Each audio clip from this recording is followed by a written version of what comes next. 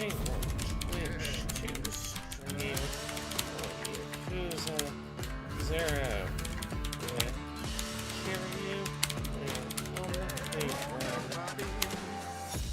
And still no idea who owns the vacant lot.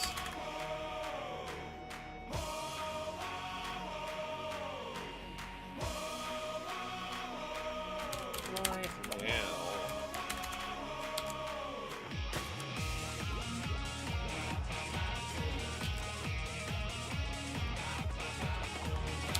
Should be live. Yeah, we are.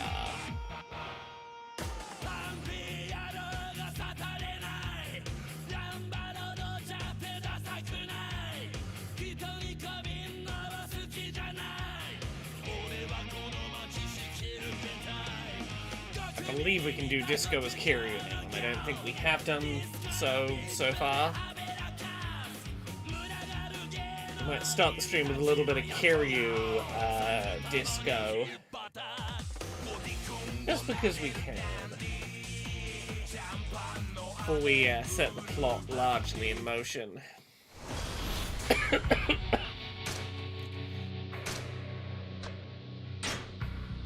Let us go. I think we were heading to go live at the homeless camp, I think was the approximate plan. I'm pretty sure I ran past a disco place on my way past, so we're gonna go have a look.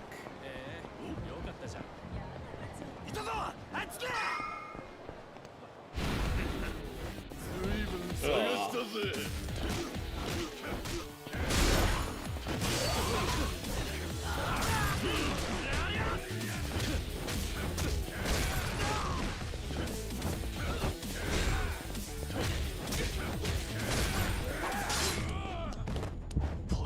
Get off me, don't stab me.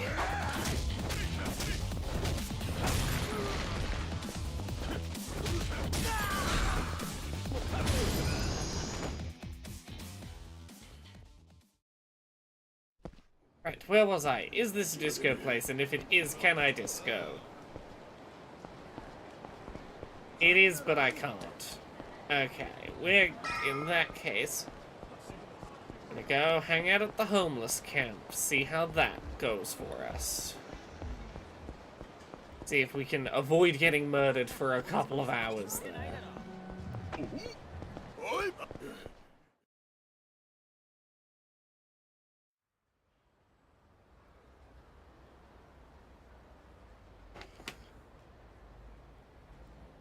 If you need people to think that you're dead and you're in a Yakuza game, where do you go?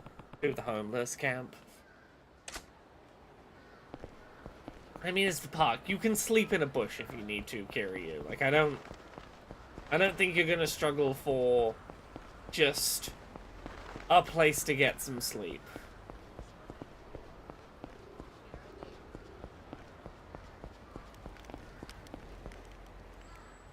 Oh, it's you. Yes, me. Hmm? What, did you forget? You bought us all around a while back, remember? Oh, it's you. We told you where to find those Tachibana real estate guys and what have you. Yeah, one of you wanted champagne, one of you that's wanted right. scotch, one of you guys just were over wanted a at beer. Public Park 3. Yep, that's us. You wouldn't forget. Anyway, what brings you out here? Long story short, I lost my home. I am Same as you guys. briefly homeless. You serious? Can I come hang Well, with you guys? Welcome to the club, buddy. Thanks. Actually, on that note, is there any chance you know of a place I could maybe sleep for the night? As long as I don't end up freezing half to death, I'm not gonna be too picky about it. Sure, yeah. You can crash in my space, just, none of that funny business, yeah? I don't swing that way, in case you're feeling freaky. Unnecessary. You're a regular comedian. Just ribbing you. Come on, my place is right over here. Under the blue tarp. Now see, the Make good yourself comfortable. The good punchline to that would have been, I'm just ribbing you. I'm gay. Don't worry about it. For you only. Does 100 grand a night sound fair? Huh? I'm kidding, buddy. Just a joke. Look, buy me another drink sometime and we're golden. I really appreciate it. Thanks. Ah, no trouble. Okay. Well, we've got a place to crash. It's even got a door and a light. Look at us go. We're honestly doing better than we would have done if we'd stayed in the woods. Can't complain. Get lost, you smelly old fuck! You're stinking the place up! What now? Here are you, you're a guest. Don't cause trouble. Don't draw attention. Right, he's even got a little terrible Hey, blanket slash wake mattress on the floor. Honestly, I am impressed with this guy's milk crate mattress situation.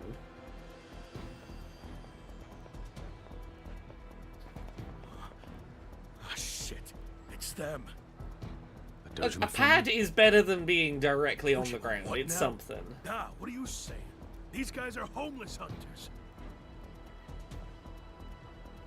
Ah, don't worry. Yo! Got a couple of live ones over here. I'll be the new well. warrior protector of the homeless camp. Huh? Check the suit. Sure shit doesn't look homeless. Who gives a fuck? He's hanging out here, ain't he? Just another shitbag for the garbage pile. Stay down, bitch! Hey, Kiryu. Great time to step in. Come on, here we go. Go kick the shit out of them, Kiryu. What are you, barking orders now? I think you meant please stop, sir! Ugh. Hands up a little so I can hear it better. Hey, Nathalie. I'm doing good. Who the hell is this guy? I'm having Oh, shit. Nah, you've done it. I'm having a productive day Serious injury like today. this, you're gonna need to cough up some serious dough. Hospital bills are no joke these days. You're seriously hopeless, kid. Come Hey, on, you said it, Kiryu. boss. We're just Kick kids. their asses. Straight-up They are coming here minors. explicitly We to could flat beat out up kill a guy homeless and not do people. a day's time. You, You really can think prison's the worst punishment out there? you Hate can to you break it can to you you, can feel zero but you've guilt got a and do lot some to learn murder about if the you world. need to. Except not This murder, one because that's talks just going to big. draw heat on You the wanna homeless go? camp. But Tough you guy. can get pretty close. Yo, this Cecil thinks he can hit me? Cave his skull in! That's the plan. How about we take this one all the way home, huh? I always wanted to watch a guy die, especially scum-sucking filth like him. Saying hospital bills are no joke these days to a presumably homeless person is special. It sure is a unique kind of scumbaggery. Sorry, I've got a really tickled cough. Apologies.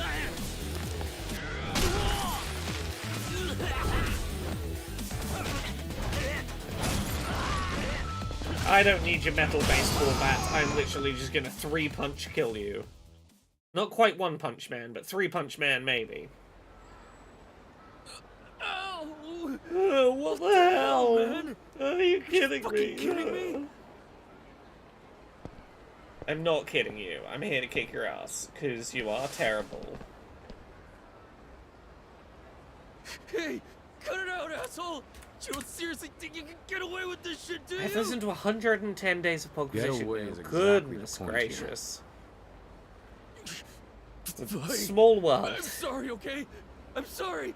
Just let me go, We're on episode please. 555 today, which You call that means an apology? before we know it, You it'll might be wanna try 666. Besides, Ooh. you're telling it to the wrong guy. Ugh.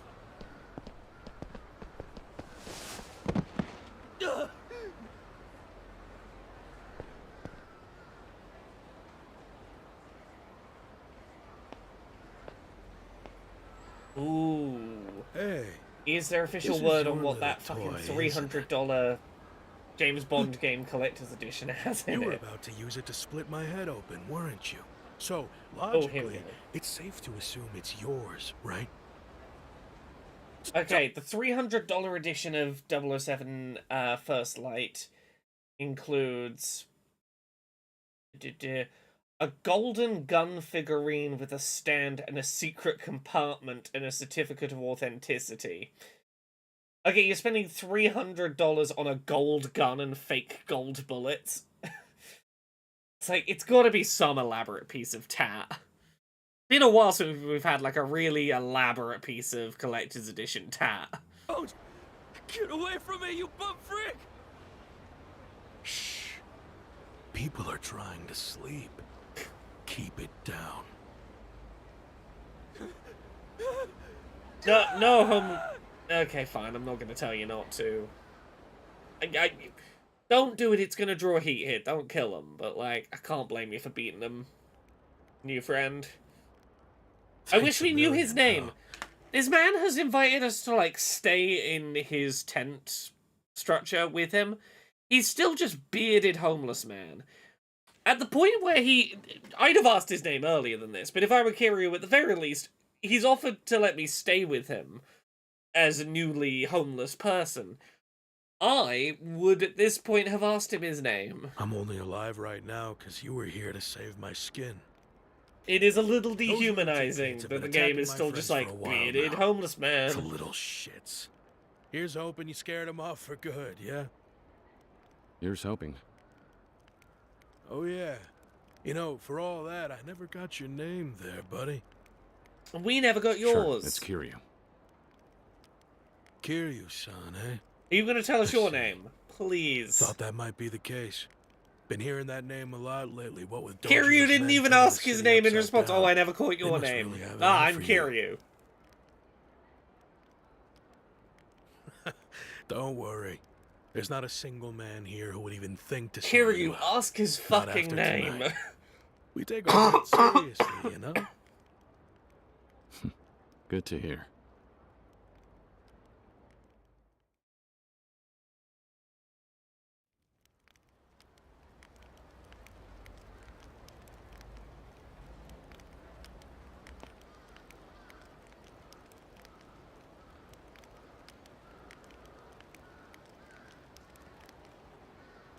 Yo, Kiryu-san.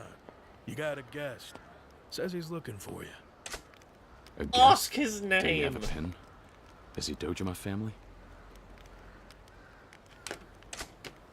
Nah, the Does guy he said have a was canon with those name? shady Tachibana real estate guys.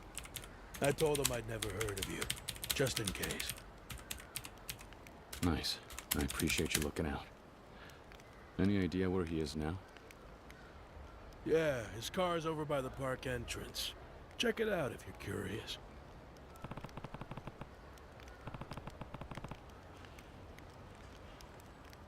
Is this his name? He might have a name, and it might come up in a side quest. His name is... Let me confirm that this is him. I need to look at him.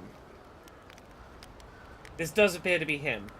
I believe his name might be Kamoji. He might be the same NPC from the dodging, getting punched by civilians, dodge, dodge, dodge, side quest in this game. It might be the same man. There we go. Kamoji, I refuse to not know your name, sir. Right, where is Mr. Tachibana?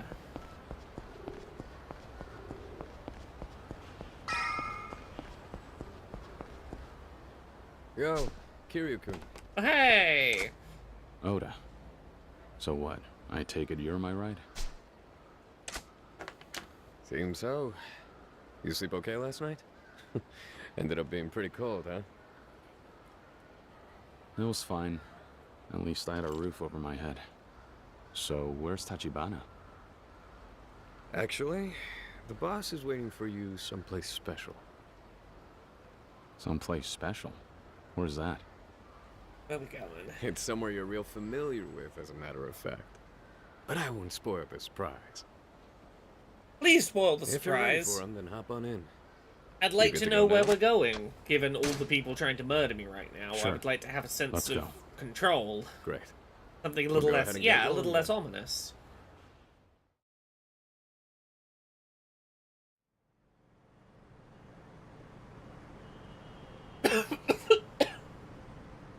Hey, Smoking Trees.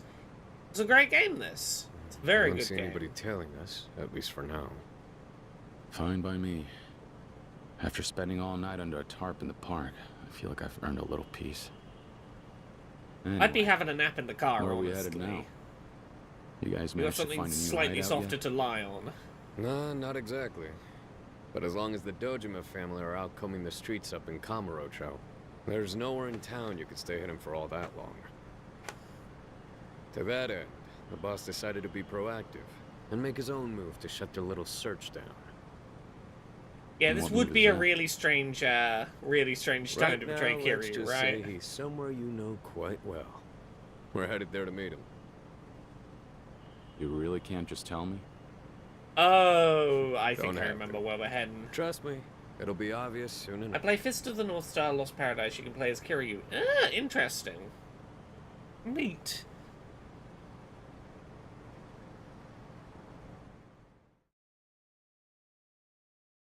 How Vectron says, howdy, how goes what looks to be a grounded and realistic crime thriller? I don't know, both yesterday's stream and today's stream so far have been relatively grounded crime thrillers. Figured it out.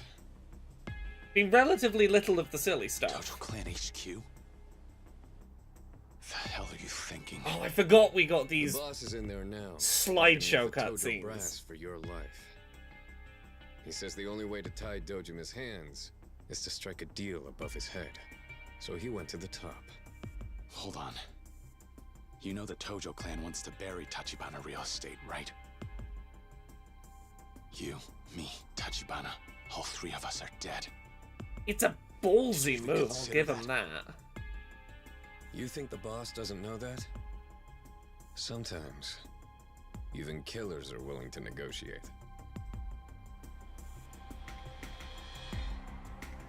I mean, it shows guts to walk into the fucking Viper's den.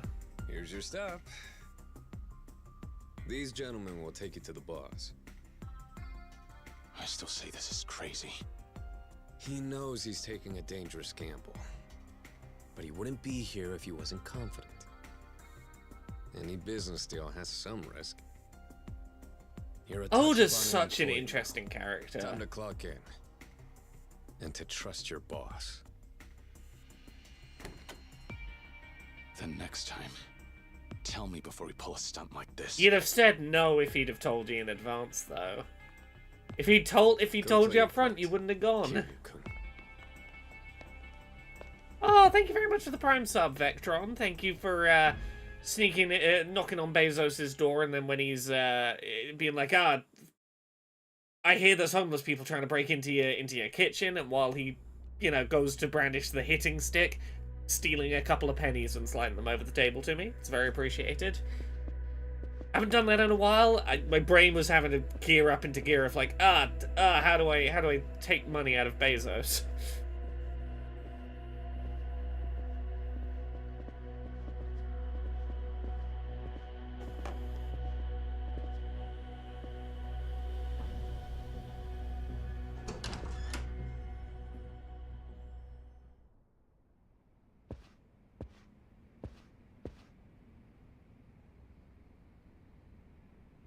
Kiryu-san.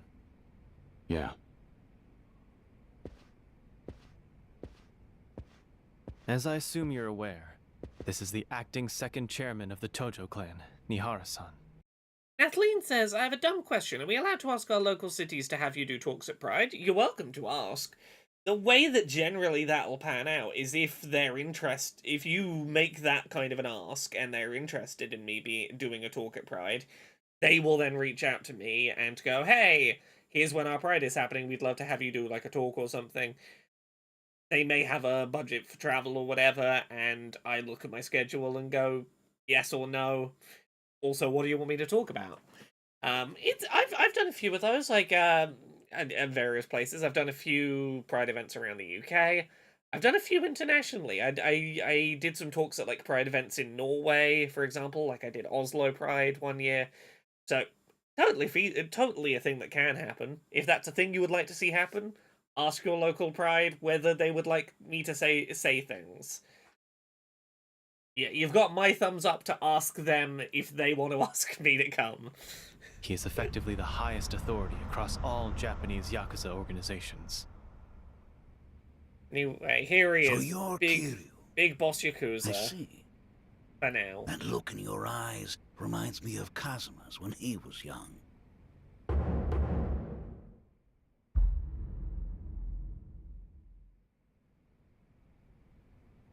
Please, sit wherever you like.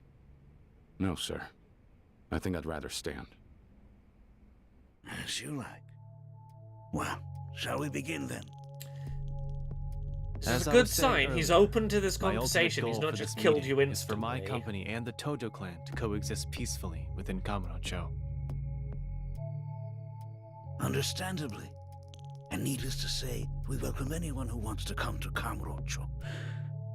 It's because of that welcoming nature that this city has grown as it has. I feel like if you are Mr. Tachibana Real Estate here, the way you got to pitch this is, I believe I can find the owner of the vacant lot. I'm gonna have an easier time doing that. This plan to try and kill Kiryu is gonna make it harder for everyone involved to get the vacant lot. You know he's being set up. I know he's being set up. He will be really helpful in us getting the vacant lot. I have the knowledge. You can get the lower Yakuza ranks off of his back. We can collectively get this done and split the massive profits of that the vacant lot will open up. We both know that even half of what the vacant lot is worth will be an infinitely important prize. Are you willing to split that? I have knowledge of who owns that lot that you don't. That is a bargaining chip I have to make it worth dealing with me. However, those with no fear of the Tojo crest are the sole exception. The business you've been doing flies in the face of that one rule. I assure you, I understand precisely how fearsome the Tojo clan can be. The purpose of my visit today is to show the depth of my deference in material form. So you've come bearing gifts, is that it? Indeed. And all with the hope that you will hear but one humble request, if I may be so bold, Chairman. Vectron, it does feel weird that we're already 5 years into the PS5's lifespan. Like, the Switch had a lifespan of about 8 years. It doesn't feel like the PS5 is only 3 years away from having been around as long as the Switch one was. The PS5 really took like 2 years to start getting like actual games. It really hit the ground slow. COVID made time feel really weird in a lot of ways. It really feels like we're maybe 2-3 years into a lifespan, because the first 2 years, development timelines got real fucked, and time was weird for everyone. Out with it. Regarding the Dojima family, I'd ask that you please issue an order as Tojo clan chairman and instruct them to pursue Kiryu-san no further. Mihara-san, I am uncertain as to whether the news has reached you, but the Dojima family seeks to kill Kiryu-san. Dojima isn't an idiot. If the boy's being hunted, he's surely done something to earn it. It's a stitch On the up. contrary, the Dojima family is pursuing Kiryu-san in order to get to me. You see, as it so happens, I possess certain key intelligence necessary to acquiring the empty lot.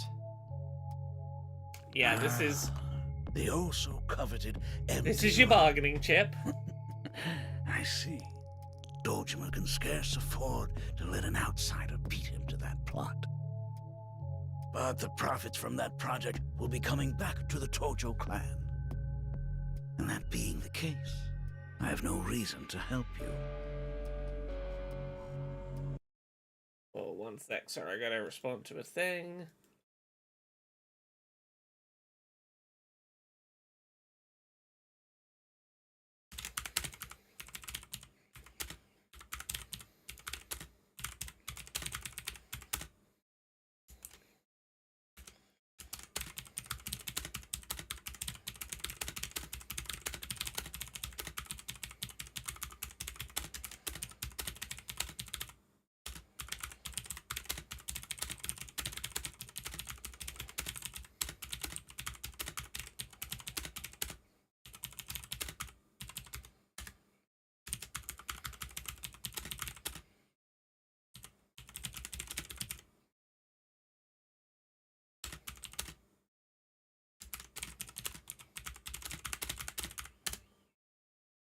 Sorry, the case of work. If I may shift topics somewhat, am I correct in my understanding that the Dojima family is your top earner? As I understand it, there is no one even within Tojo Clan headquarters equal in power to Dojima's faction, including you, Chairman.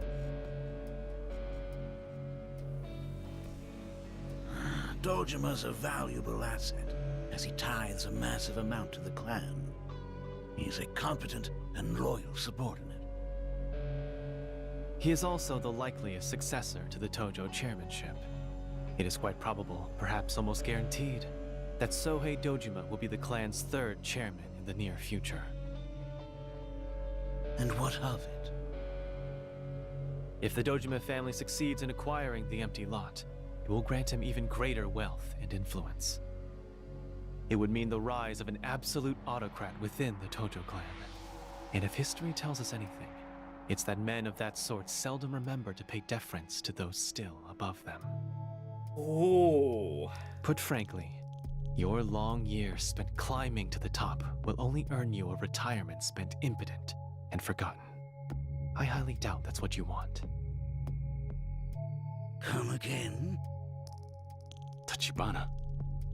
Nihara-san, You don't no want matter to. what, you must not allow Dojima to secure the empty lot. You don't want to give your subordinate enough power to basically usurp you while you're still alive.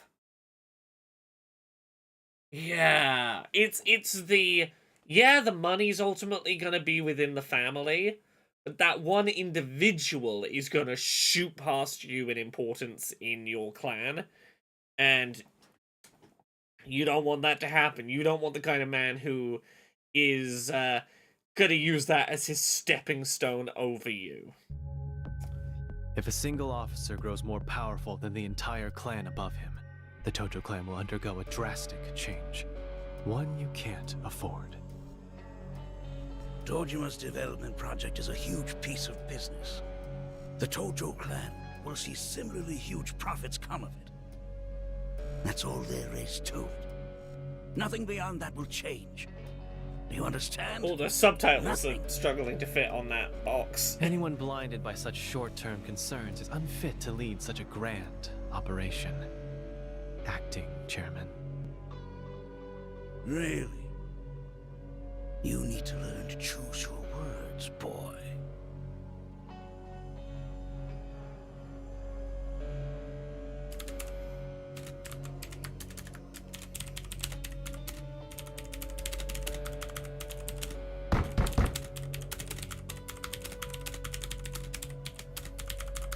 It would appear the gift I've brought you has arrived. Let them in.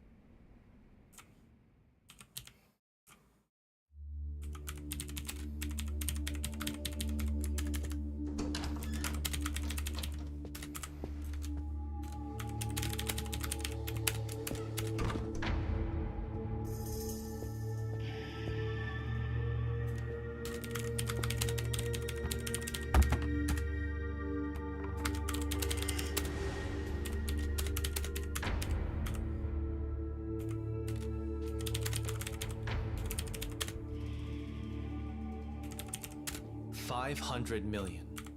Please consider this my payment for Kiryu-san's life. Is that sufficient? Million? An advance, actually. Once the Dojima family calls off its hunt, I'll double it. And furthermore, I offer you a share of my Kamurocho profits. That's 30%, delivered directly to your headquarters. All that for one failure of a Yakuza, you say?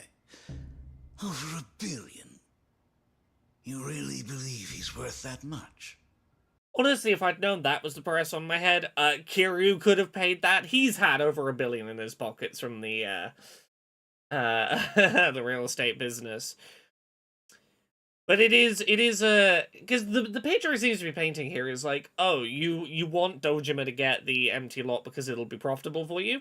Well, I'll make this profitable for you. Well, the undercurrent basically being like, hey, I don't want Dojima to get this power and influence under you, Mr. Tojo Chairman. I want that power and influence. I'm willing to make sure that you financially profit the way you would from Dojima's success, off of my success, but I'm the one getting the leg up.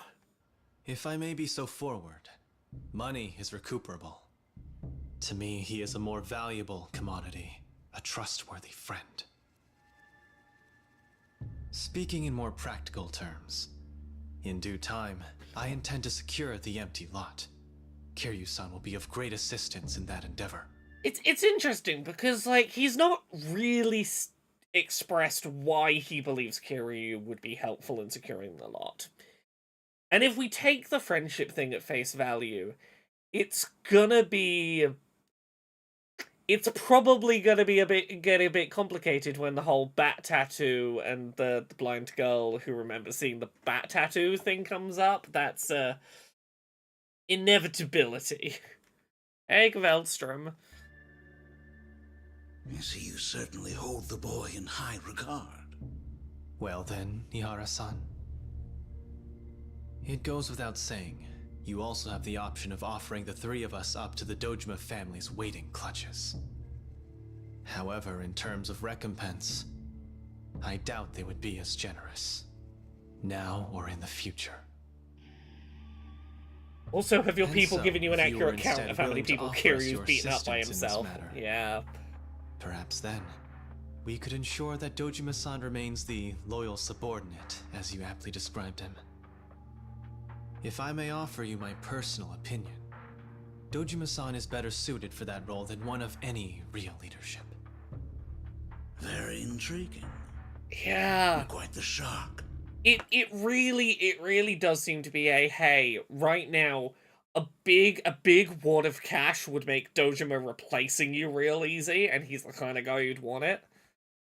I'll give you cash, and me having that kind of a step up in power doesn't put me in a position to replace you in the top of the Tojo clan.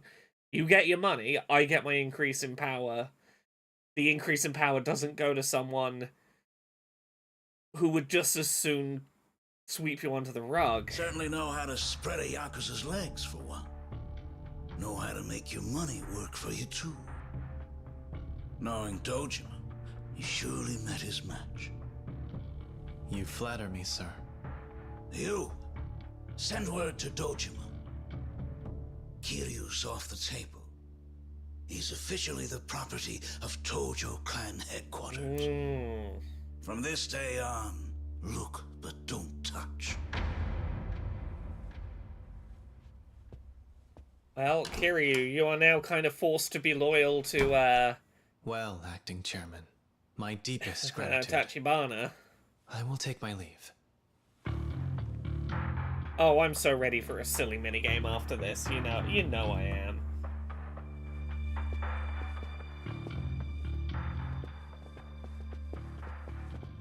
Kiryu. Kasama, back when he was around your age, he ever tell you what kind of Yakuza he was in those days? No. Not really. To put it in a word, he was unrivaled, principled and fearless. To many of us, then, he defined what it meant to be a Yakuza and to be a man. If I had the chance to go back in time and buy that one for a mere billion yen, I'd do it without a second thought. I suppose the question is, are you a man worth that much as well? I hope to find out.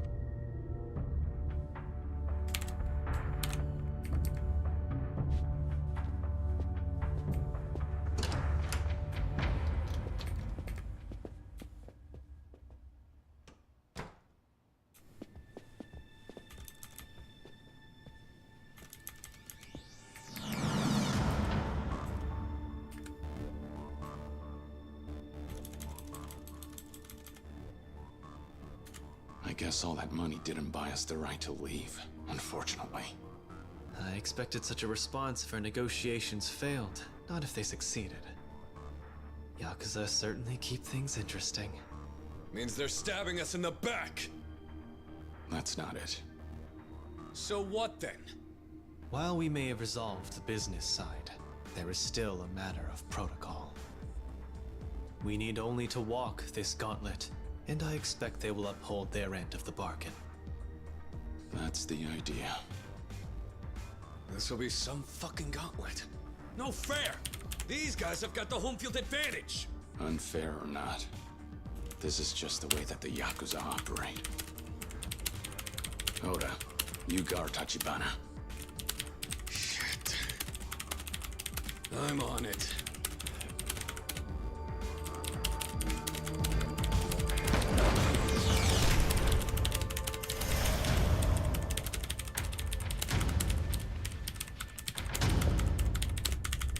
Let's go!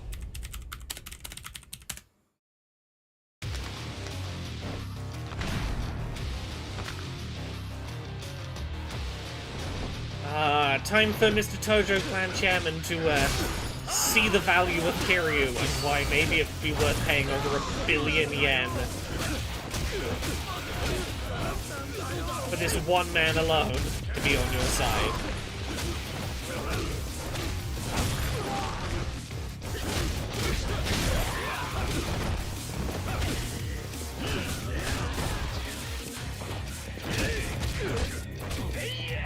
Let me get one side.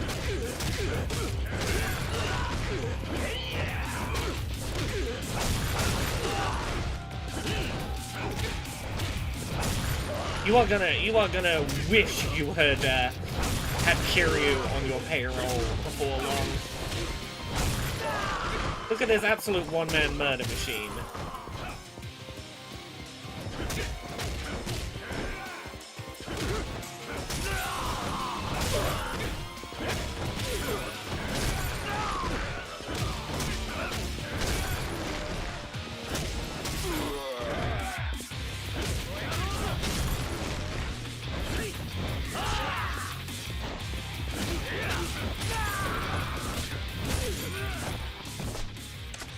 Hurrah! We helped them escape.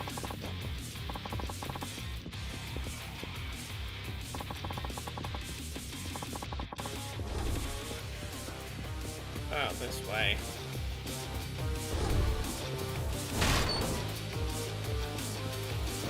Almost kicked that wall into non-existence.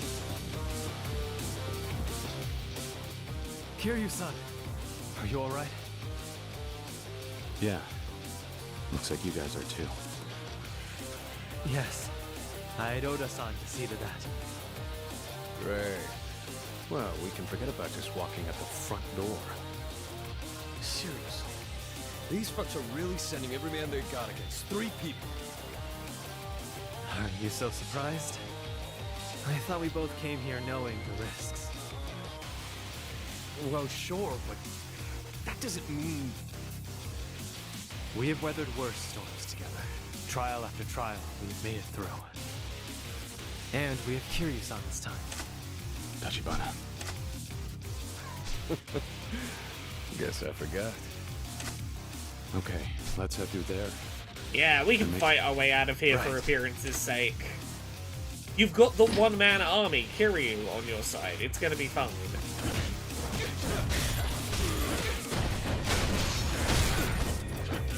So in amongst work, like actual work today, I also spent some time doing creative work that is not real work for a bit of my day. I spent some of my day today researching the whistleblower protocols in a fictional Star Trek lore. What are the protocols for going above your superior officers' heads to reveal information that you think needs to be made known? What is the protocol on breaking classified information within fake Star Trek? There's an interesting bit of digging into fictional legalese. I love getting way more invested than I should be in the minutiae of fictional worlds.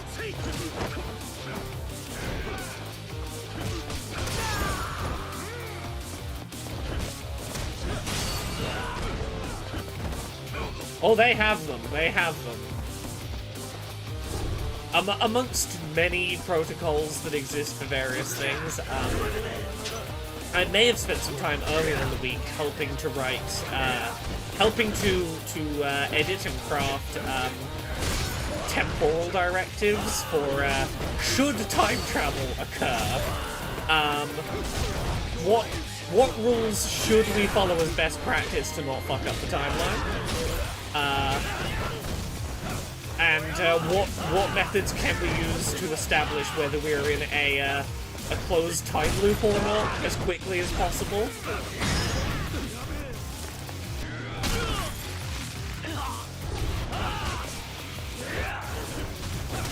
Which involved such fun things as working out, cool, if we have travelled back in time to the past, and we need to minimize the risk that we're going to accidentally reveal future tech or secrets from the future to people from the past, which method of communicating with another ship is preferable between text, audio, and video?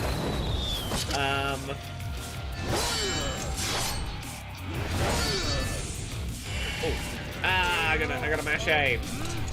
We settled on audio, because video calls would obviously run the risk of something from the future being spotted in the back of a video call that shouldn't be. Text feels like it would be the most obvious thing for not revealing stuff from the future. But the problem is that all the ships in the UCM automatically log text communications. It's the only form of communication that is automatically logged by the ship. So you are guaranteed that there will be a record of your communications, which means there might be, if you slip up and say something, you're leaving a record of info from the future on another ship. In theory, someone could record an audio call by, like, holding a tape recorder up to an audio call going through the comms desk. But by default, audio comms aren't recorded, and you don't risk visual stuff being seen. It seemed like the wisest way to communicate with other ships in the past, if needed, to not accidentally screw up the timeline. That's the kind of stuff I've been playing around with this week, is like directives for how to handle very specific niche space interactions. Oh, game's a little loud. Oh, you know why that is? It's because I turned the game up so that the audio balance in this game is so all over the place. Cutscenes, the voice acting is really quiet. And then when it goes back to combat, the combat's really loud. I can't get the volume to a place where dialogue and combat are the same volume, because this game has aged. Hopefully this is easier.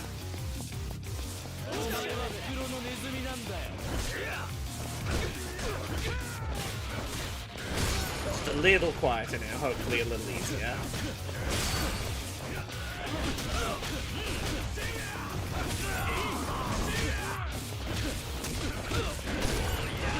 Hey, I'm Alex C. Thank you very much for the 25 months of sub.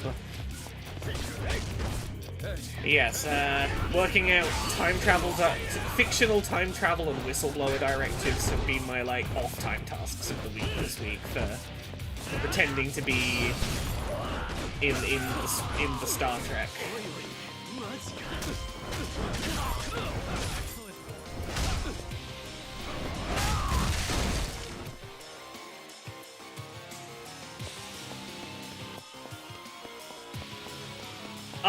I will never be one of those yell at the top of my lungs streamers. I cannot stand them. Every time I've tried to watch like a quote-unquote big streamer, so many of them are like, "Hi, I'm very excited. I'm giving all of my energy and volume." Ah! They constantly sound like they are afraid of being beaten up. They're just like, "Ah!" all the time. Not for me. Not for me as a consumer or as a person putting myself on the internet. That is not my life.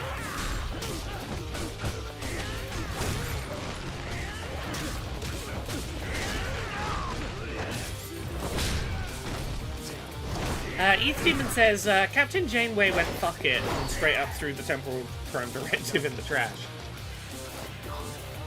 Look, I'll say this. We recently may have had a temporal incident in Bridge Command, and one group of people involved spent half an hour coming up with temporal directives, and then incredibly promptly everyone started ignoring the temporal directives that had just been written. Now, thankfully, it was a closed time loop temporal situation, so ultimately it was okay. But this has meant that, like, there has had to be a whole lot more.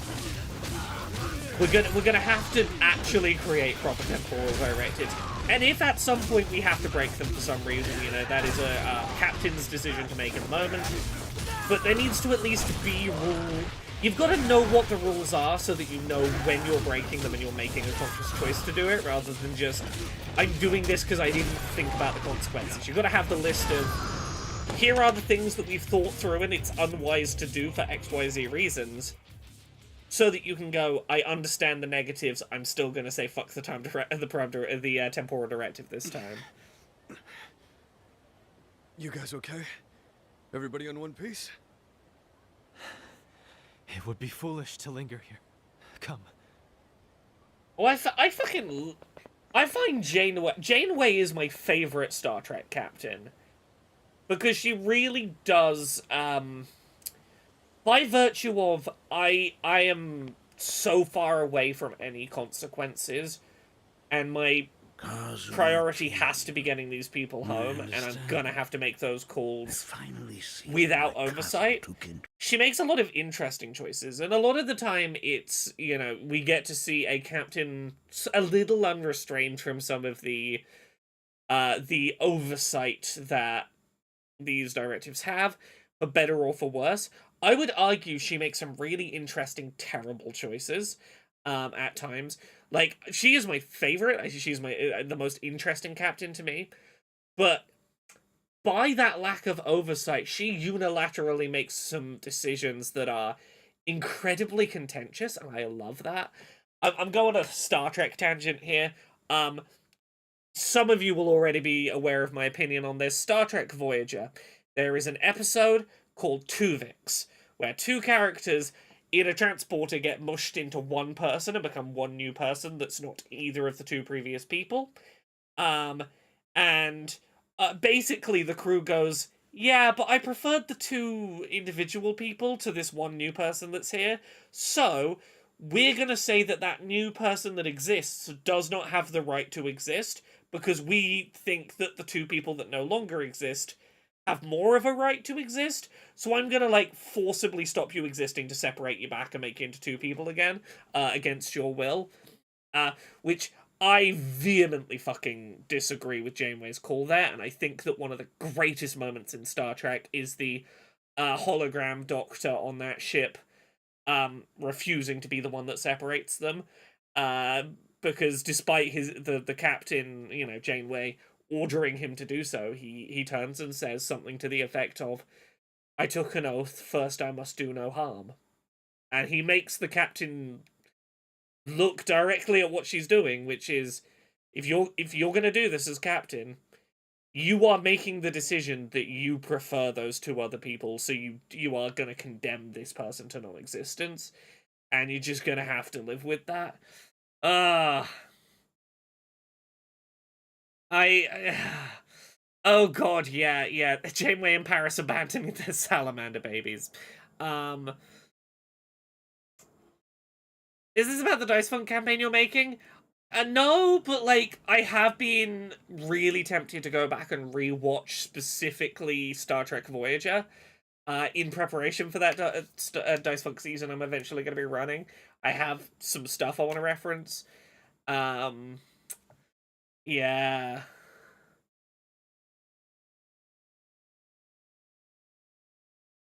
Yeah, that's the thing, Cass. Like, the Voyager doesn't do a good job of keeping track of what Janeway has done. Individual episodes explore really interesting stuff with her. The big picture overall plot really likes to brush under the rug what she did. I think she has many of the most interesting individual Star Trek stories. Turn into a real monster one day. Oh, Kiri's going to turn into a real monster one day. Would you say that monster is perhaps a dragon of Dojima? Word from Tojo HQ. They've gone and stuck their noses in the situation. The Dojima family should bring no further harm to Kazuma Kiryu. Tachibana Real Estate's to blame for this, sure enough.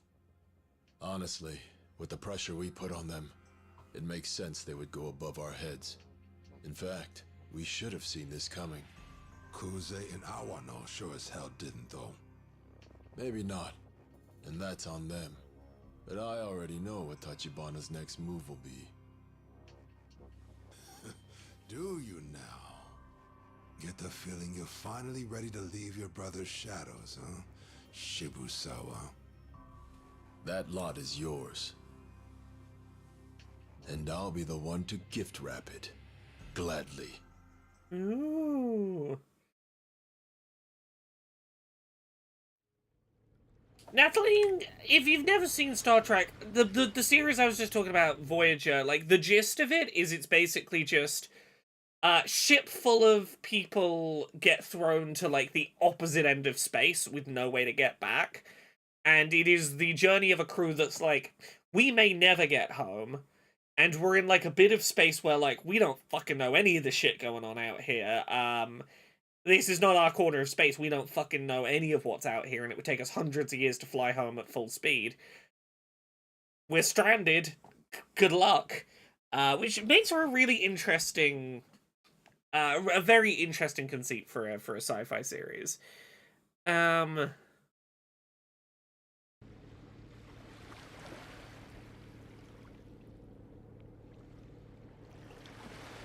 Oh, Rick Berman sure did do some, had some impacts on Star Trek, for sure. How long are we gonna stand around here? This is my first moment of rest in a long while. A fellow has to slow down now and again, or he'll never last. I am a frail man, after all. If you can hold your own against a pack of Yakuza that size, you're doing all right. I was desperate then, that's all. Hey, tell me one thing. Yes? Why pay $1 billion yen for somebody like me? Maracus, what I'll say is, it depends on how good of... do you have the technology to map out the ripples of the consequences well enough to have a decent understanding? And is this a situation where if you go back to the future and realize you really fucked shit up, can you go back and stop yourself changing the past? Or is that interfering with your own timeline and if you go back and change it, you only get your one shot? Or is it a stable loop where you go back and try and change the past and you realize you can't actually change the past because the past always went the way it was? You can observe it, but it'll ultimately lead to the same ending. There's a whole... You gotta get way more specific with your parameters for that kind of shit.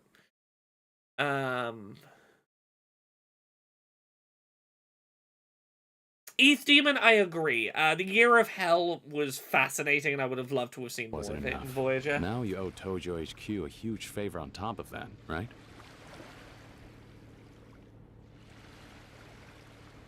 You said before you've got money and power, and you're using every last bit of both to strike right at the heart of the Tojo clan. That's why you're after the empty lot. Why then? Unless you've got some other motive, it doesn't make a whole lot of sense to me. And let's say you do have some other purpose hidden away behind all this.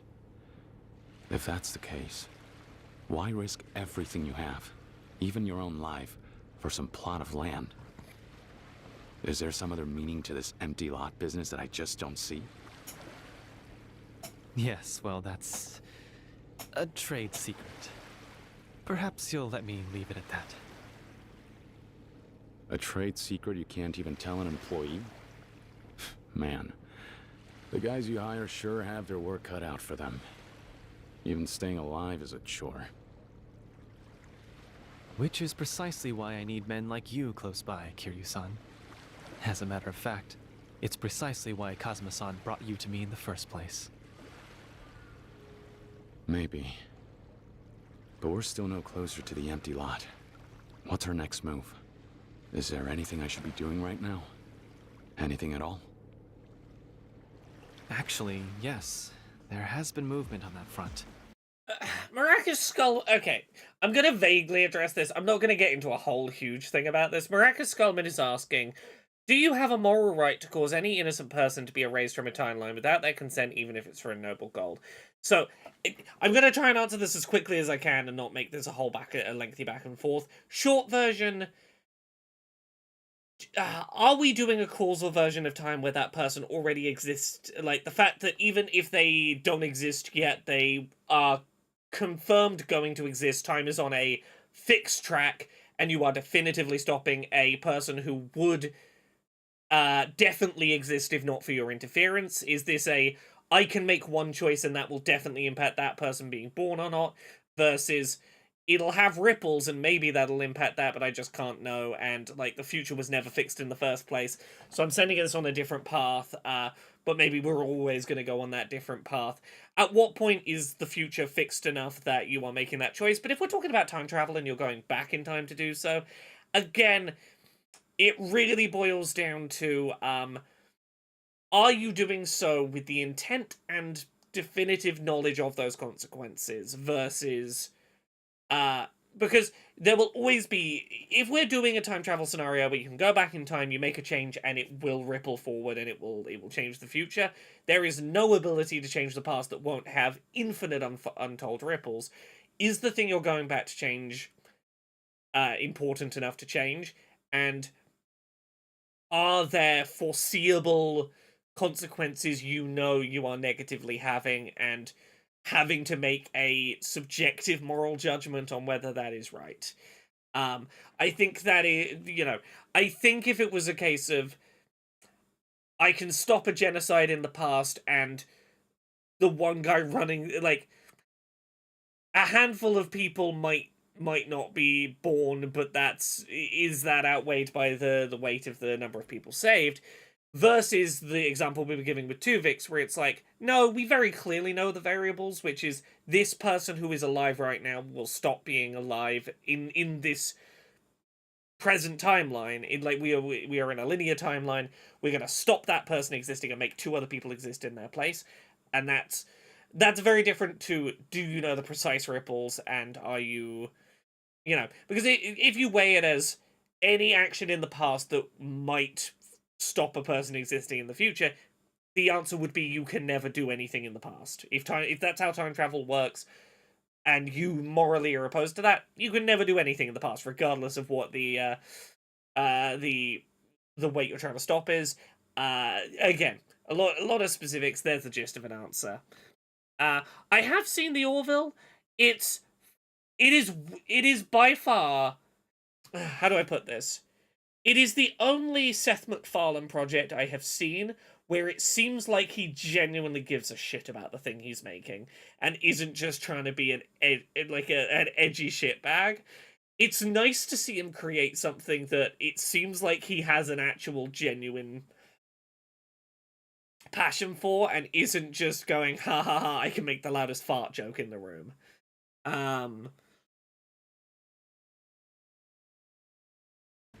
Last night, I was finally able to locate the owner of the empty lot. As it turns out, they're currently residing in Osaka's pleasure district, Sotenbori. Okay. Sotenbori? Yes, though I fear we cannot make our move just yet. The pleasure district in Sotenbori. I wonder if that's where the girl that everyone's trying to kill is. Maybe she is the one who has the empty lot. Maracas Skullman says, you're saying if someone's existence is deterministically linked to your actions, no, you have no right, but if their existence is probabilistically linked, then it's a risk factor. I mean, that's basically what it boils down to. I'm not saying that's my definitive answer, but I think that's where I would start philosophizing is... Am I doing actions that are going to determinatively impact someone versus probabilistically? Is probably the deciding question of what would change the weighting of that moral decision. Yeah, weirdly, the bits I've seen of the Ted TV show are also weirdly sweet and thoughtful. Apparently, McFarlane does have it in him to make some stuff that has some heart and some sincerity to it, in amongst, like, making cartoons full of transphobia jokes, which there's a fucking lot of in Family Guy. To this day, there's still a fucking lot of it. Much to our disadvantage, another faction in Sotenbori is already in pursuit, and gaining a steady lead. And you mean... someone else out there knows the owner is? If I had to wager, I'd say someone from the Shibusawa family. Shibusawa? Is it time for the plots to converge now, please? He knows? Yes, but unfortunately, the real problem at hand lies beyond Shibusawa. The Yomi Alliance has begun to move as well. The Yomi Alliance? They're after the empty lot too? Indeed. And though I do not yet know the scale of their efforts, to us, Sotenbori is a far more dangerous place right now than Kamurocho. At the very least, any action on our part will have to wait until we have a clearer picture of the situation. Wait. That doesn't sound like you at all. Oh? It's like Oda said. Any business proposition has its fair share of risks. Correct me if I'm wrong here, but wasn't it you who taught him that? And what with your kidneys and everything, you can't leave Little Asia for long. But me, I've had enough of all this running around. What's more, I never was the type to sit and wait to begin with. I'm headed to Sotenbori to see this through, whether you want me to or not. As for my objective, I just need to bring the owner back up to Kamurocho, yeah? That's correct, however. I'm going with you. I'm with Kiryu on this one, boss. It's because the situation in Sotenbori is so murky that we should go and take direct action ourselves. If any... That's what I was going to talk about. I wanted to bring a thing up. The Orville, Seth MacFarlane's Star Trek show, got brought up, and I was like, what? Why? What was the thing that made me check that out in the beginning?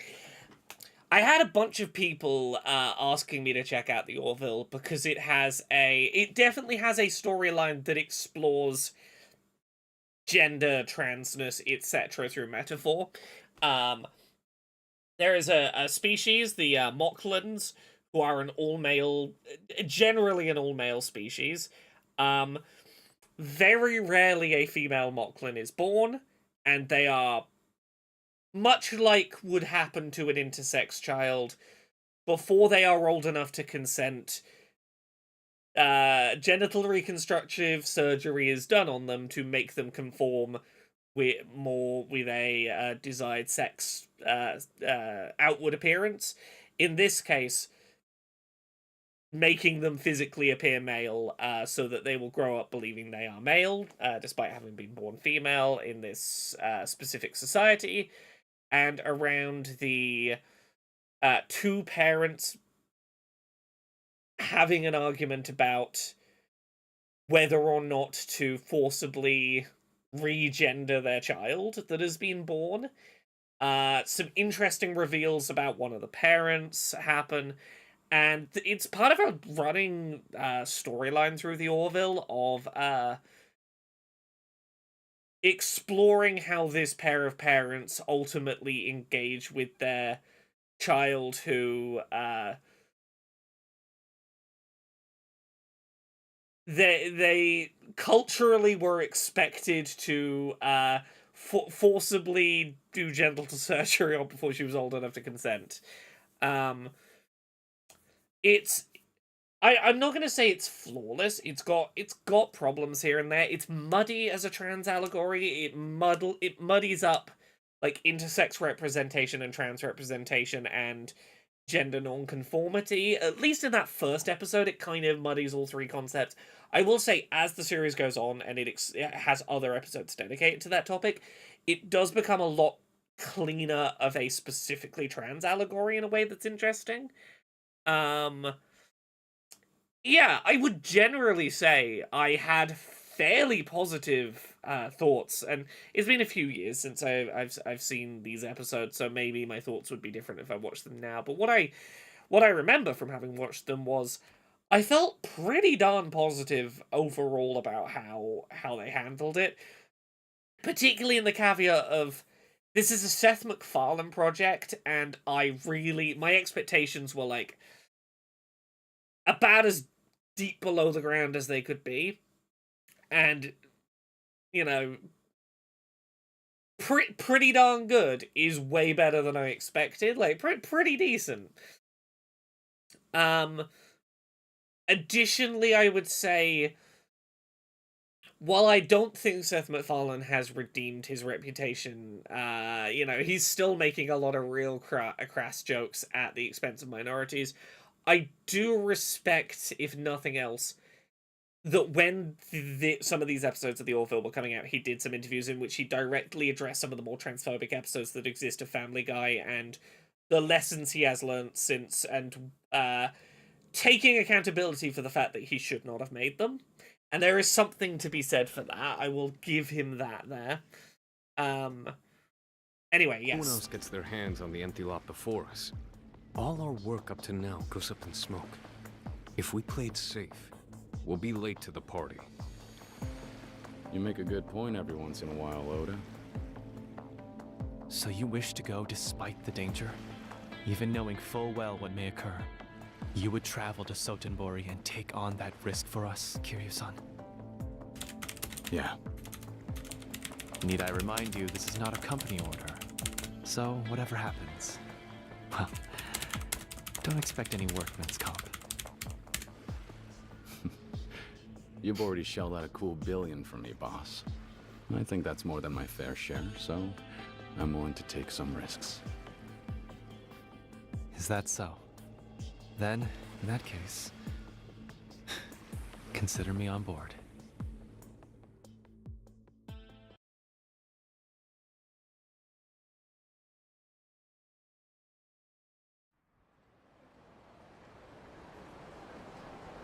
Oh, is it time? Is it time?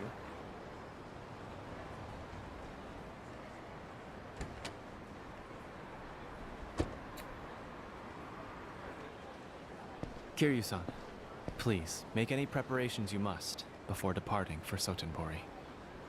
Will do. What about you? We will make our return to Little Asia. I will arrange with Chen-san for you to meet us in the restaurant we spoke at earlier.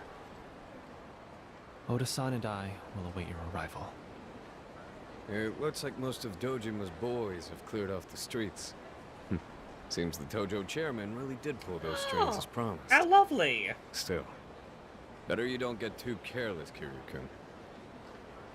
Can I finish the business All minigame right. yet? Catch you later. Probably not.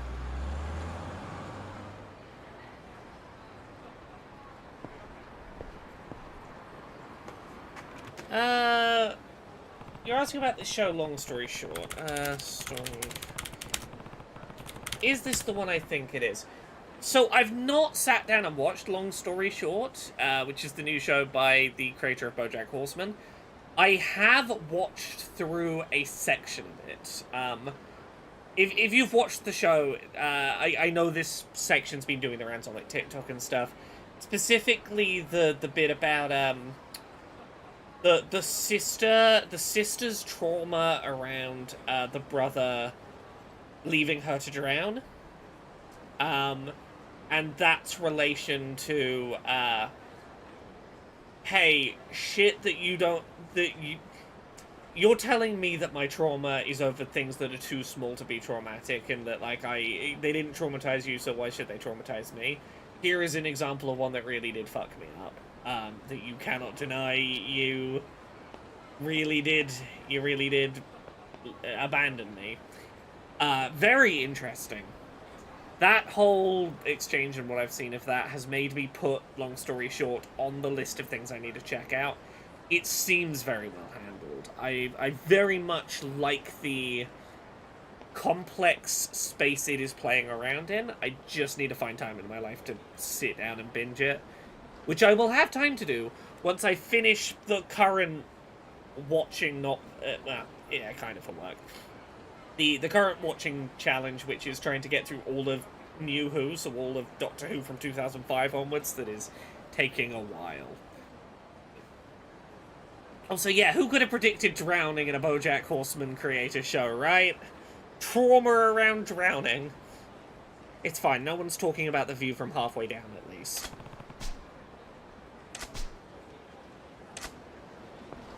Right, where was I? Let's see if I can get some more cash from... Before I head over to... Oh. Is it time? Can we finally progress this minigame? What? I don't know what that bit is, Maracas, but at some point I'll get around to watching it and making an opinion. We've taken over 60% of the Gambling King's area. Oh, can I finally go finish the Gambling King area? We have another challenge. Come to the JCC. Japan Catfight Club. Okay. Let me have a quick look at all of my various areas. Oh, I'm not allowed to collect cash yet. Do I currently have to do a fight with some of the Gambling King lackeys around here? I do, okay. You're gonna get what you wanted, everyone. We're gonna do at least a little bit of business management minigame tonight.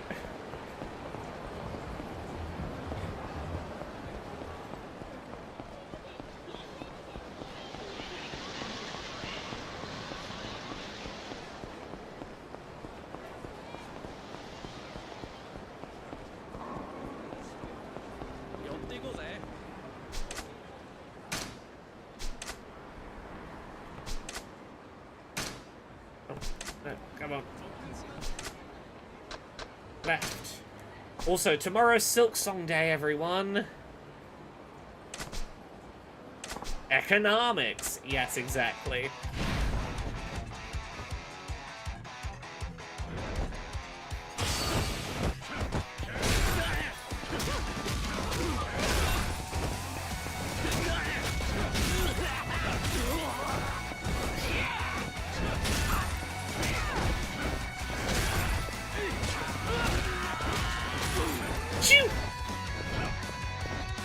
Sorry. Apologies for the unprevented sneeze.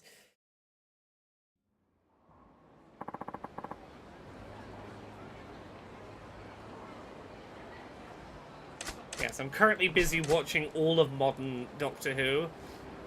For anyone who has watched it before, I am right in the midst of the final Peter Capaldi and Clara season, so I'm getting up toward modern Doctor Who, because I think it's only Jodie Whittaker left before I am caught back up to Shutigatwa's era.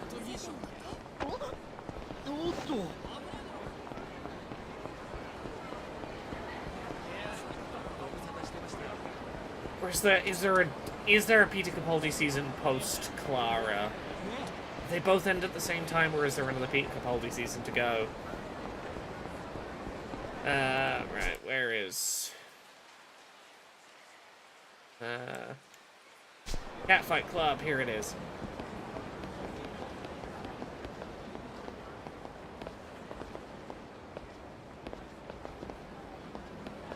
Hello, let me in.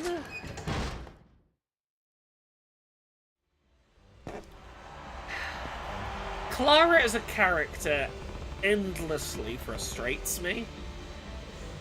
She has 3 different plot lines about how she is secretly the most important person in all of Doctor Who. It happens like 3 times, and I can only... There's only so many times I can listen to, yes, but secretly, every time that the Doctor ever survived anything is because of her. Oh, I'm excited to check out. I haven't checked it out yet, but I have, what is it? I have downloaded Star Trek Resurgence to try, which is like a Telltale Walking Dead style choose-your-own-adventure game, but in Star Trek. I have it downloaded. I haven't made time to start playing it yet. Oh, there's the Gambling King. Oh, I should have saved before coming here. Fuck. Okay. Well, I'm here now. What? Oh! Okay.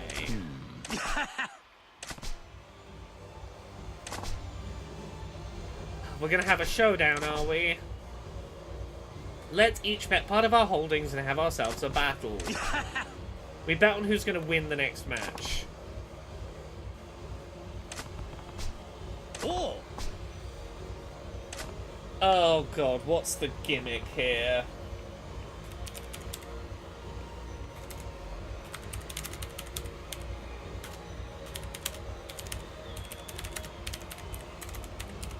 I didn't save, and I can't be bothered to lose a chunk of stuff.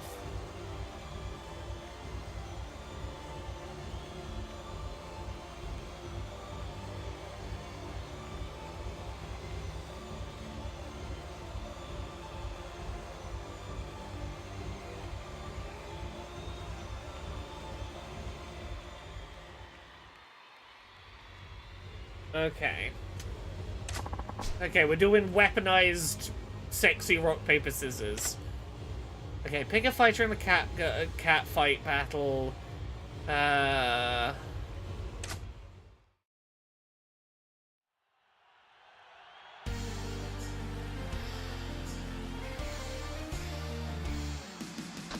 Okay, I have options. Oh, I have to pick where to start in the bracket. I see.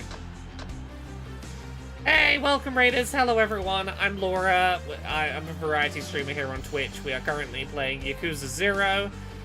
It's a very serious crime drama where we are currently betting on sexy rock, paper, scissors to win a share of real estate to help us take down an evil billionaire. That makes sense, correct? Okay. Okay, 4-star on paper.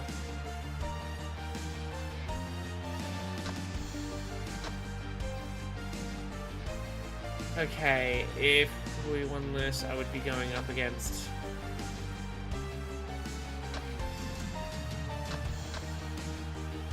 Okay. The advice I'm seeing is to go for Francisca. Because, like, here's the... Okay.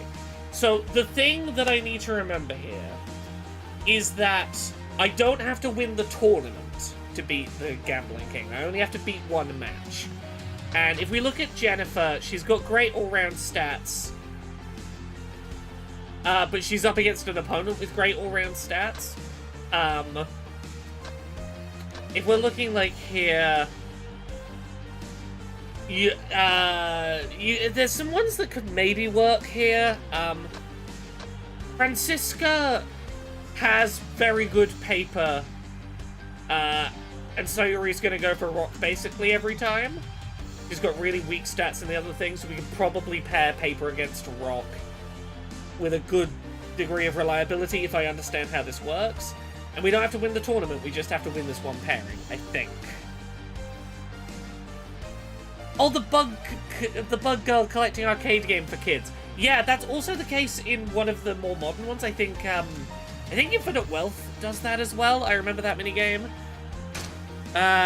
Oh, you've come from the moody streets of Shenmue. Well, you sure have arrived in time for sexy rock, paper, scissors. Are you ready for a Okay, how do I pick paper? Let's go. This is a very serious crime drama, everyone.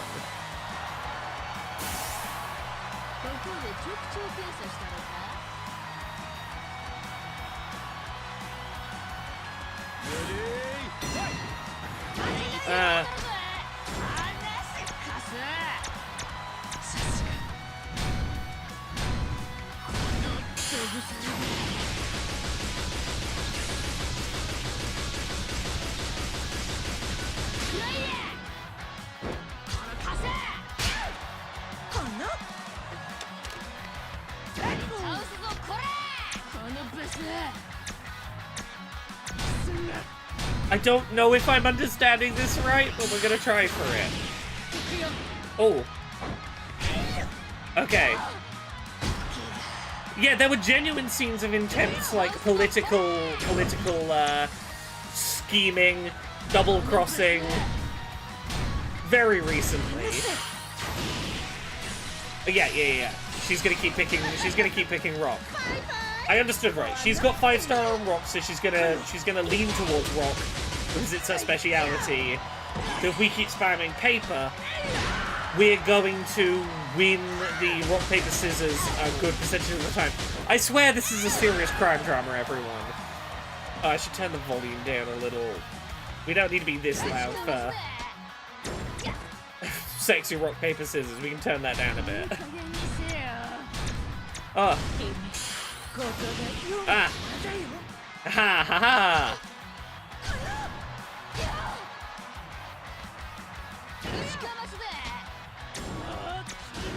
I'm gonna see if I can win the tournament now.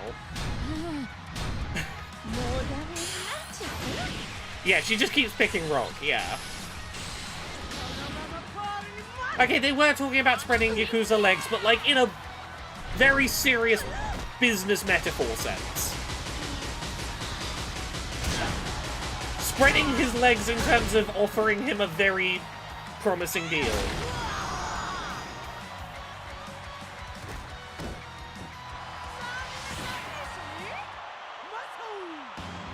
Win.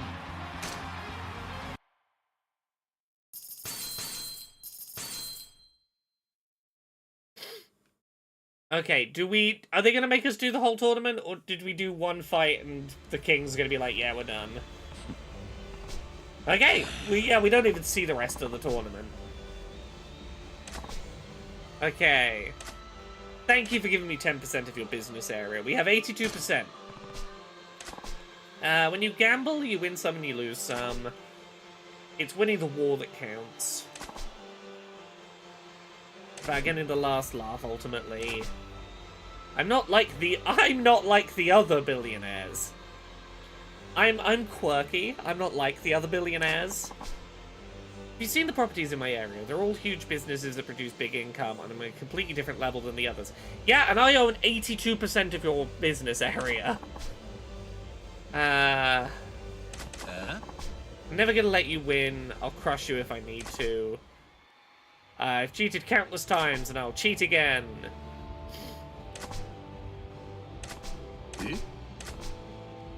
You're right about winning a war, not just the battle. If you have to resort to dirty tricks, you have no right to be a winner. I'll beat you fair and square. Using cheap tactics only means I have to live with that afterwards. Okay.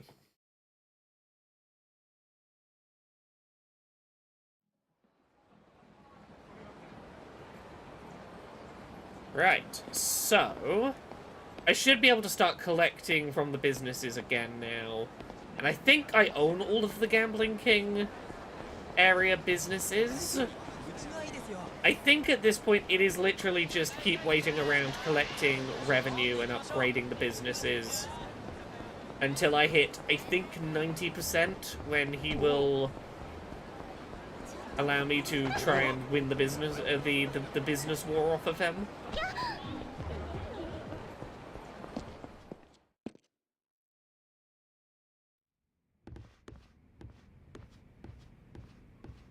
Right, let's save now that we have successfully done sexy rock, paper, scissors. Where did all the music in the business real estate room go? Okay, let's collect all the payouts. Look at all this money. Look at all this money.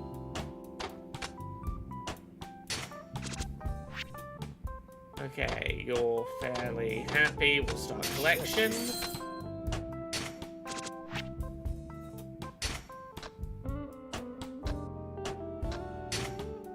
You got this. We'll sub you in. Let's make some money. Look at all this money. Do one more round. Shit. Look at all this money. Oh, money. Let's invest.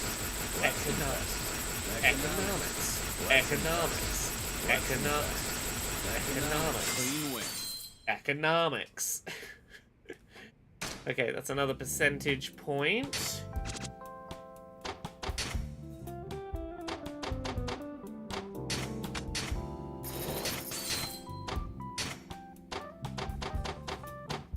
There are only 2-star in this category.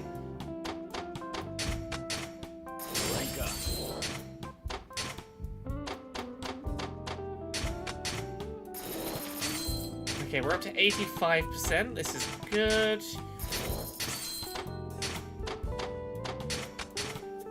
Looking good. 87%.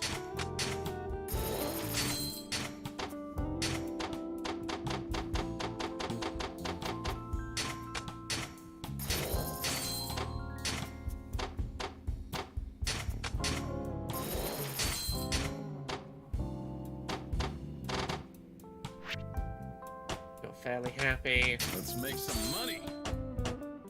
We are at 87%. I think 3% more, and we'll be there. So I think realistically, all we can do is just hang out and chat for a bit while we wait for the business to be ready to business again. I'm worried my pigeon friend that sleeps on the balcony got scared on account of a hand grenade yesterday. Dare I ask, what led to you being near a hand grenade yesterday? Or your pigeon friend being near a hand grenade? Do I want to know how your pigeon friend ended up near a hand grenade?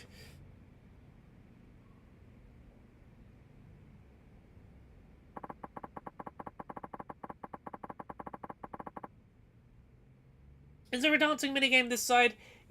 I believe there is a disco business, but it wouldn't let us in when I tried to go in there earlier. Maybe because it was the daytime? I don't know. I'm just trying to see if there's any other newsy bits. Any other things I should be aware of that went down today.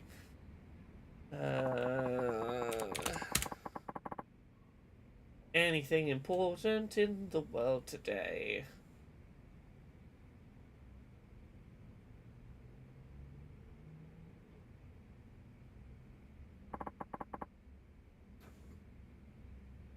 Some rude people want to get revenge on a neighbor is my guess. That's quite some fucking revenge, hand grenade. Yeah, I'm not surprised your cat got scared as well. Damn. I've been in the vague presence of a live hand grenade once in the UK. Here's a story for you. Many years ago, I lived in a kind of rough area, a little bit of a rough area, and I was trying to walk home from work once. This was... Any of you who are very long-time Podquisition listeners will be aware of when I used to live in the pub flat. I used to live above a pub. I was walking home to the pub flat, and the road was cordoned off. Like police cordons, no going through the road. And I eventually caught wind of what was going on. The short version, as I understand it, a man who had lost custody of his kid kidnapped his kid from the mum, somehow got his hands on a fucking live hand grenade, took himself and his kid hostage, and went to the roof of a building near where I lived, and was stood on the roof of that building holding a live hand grenade, threatening to blow himself and his kid up if he wasn't allowed custody of his kid back. Don't think that was going to help his custody argument. The local fish and chip shop had been taken over to be a base of, like a temporary base of operations for the police. To my understanding, that hand grenade never went off and the kid was okay. But, yeah, that was like 2 minutes walk from the King Henry VIII's tits times. They had great tits, like they had what back in King Henry VIII times. But yeah, no, that is the closest I've ever been to a live hand grenade, is about a 20-second walk from a building that a guy on the roof had one. Yeah, that was not gonna get you your kid back. We're getting there. I have encountered some... There have been some murders or near murders very close to me at periods of time. After the pub flat, the place I was living directly after the pub flat, one day I left my home, and, oopsie, turns out that, about 4 houses to the left, there was a cordon, and a bunch of, like, police tape and stuff. A guy got stabbed to death overnight, like 4 houses down from me in the middle of the street. Just stabbed a shit ton of times and died, and that was very nearby. The first I knew of that was, oops, road's closed.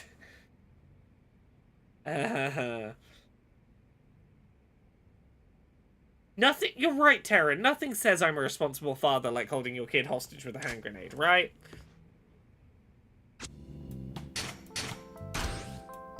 Look at all this money. Let's just get it rotating. Let's get the cash.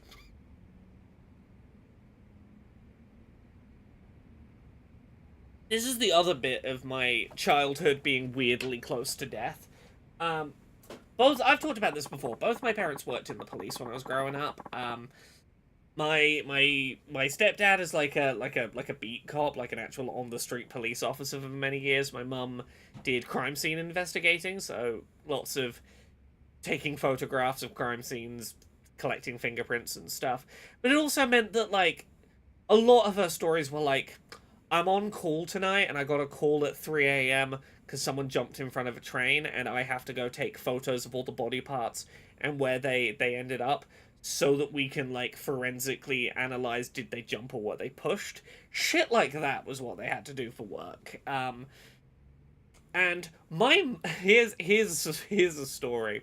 I laugh at it now, but in hindsight, my mum did not know how to use Photoshop, and she had to give a presentation on something for work, and I knew how computers worked, so she asked me for help with PowerPoint for a slideshow about a whole family what got murdered. Over the course of like a year, their bodies showed up in completely different places. I knew at a relatively young age, I knew more about that family's weird everyone got murdered situation than a child probably should have done, because Mum needed help with PowerPoint. Life is weird sometimes. I can't collect in the stupid Gambling King area right now. Money. Let's make some money. Okay, let's grab this. Money. I appreciate it. Okay, let's go collect from the Gambling King area and get the money flowing again. My My closest equivalent, says Cass, was the time my partner and friend were demolishing a badly built closet and throwing the pieces out the window. One story up from the ground. They hear a police knock, answering it's a SWAT guy? Evidently, there was an armed standoff a few blocks away, and the noises of them throwing lumber out the window was making the guy nervous. Oh! Oh, okay, the guy with the gun didn't like the sounds of loud impacts happening. They decided to go get pizza. Damn! That sure is a story. You can see how you ended up the way you are. The fuck does that mean? What element of me is explained by that story I shared? Go on, tell me what bit of my personality that explains.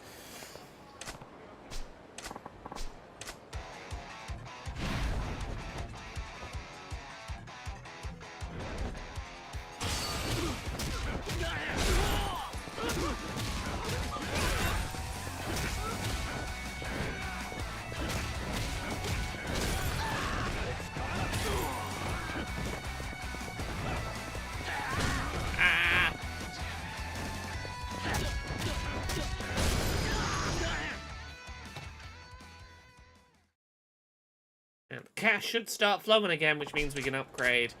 Ah, all of my serious crime. You know what? That's correct. All of the serious major crimes that I do is explained by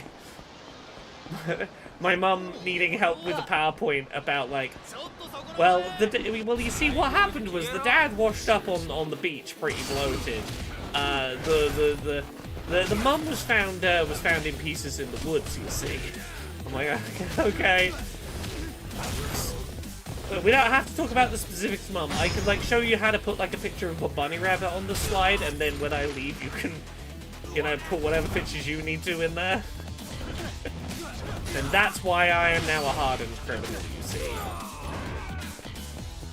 Like, what better way to rebel against my parents than a life of deadly crime?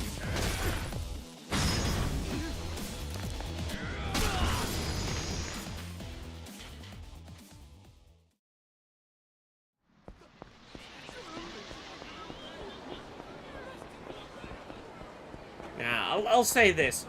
Growing up with two cop parents, makes the fact that there are videos of me on the internet leading chants of all cops are bastards pretty fun. I have had to have the conversation with my parents about yes, when I say all cops are bastards, I'm not carving out an exception for you both. Like, systemically, I gotta go with all cops being bastards, you see. Alright, Kiryu's never killed anyone. Never, ever, ever, ever, ever, ever, ever. Never once ever killed anyone.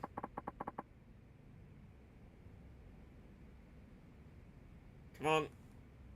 Come on, just let me get to that 90% so I can challenge the gambling king. How did they react? Honestly, better than I would have expected. I don't think I've ever had this conversation with my dad. But I've had this conversation with my mum, and as someone who, like, she quit the police and hasn't been in the police for many years, I think... And the fact that she always saw her job as forensics rather than, like, the police per se, I think helped to get onto the, like... Look, I'm not saying you as an individual are terrible. I'm saying that you, while you were working that job, were complicit in a... I think it helps that I had this conversation with her, like, after I'd come out as trans, where it was like...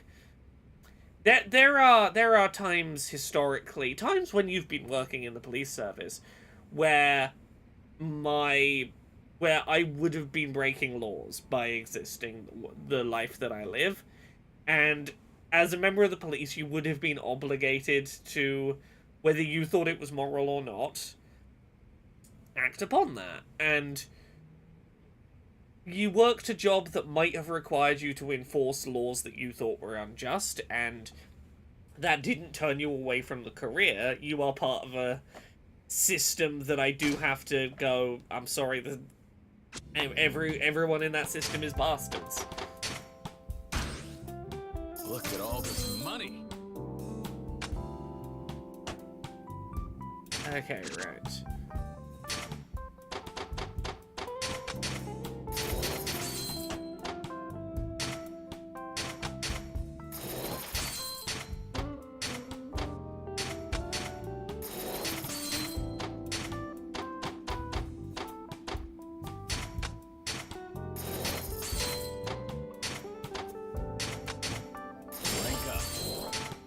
Okay, 89% was so close.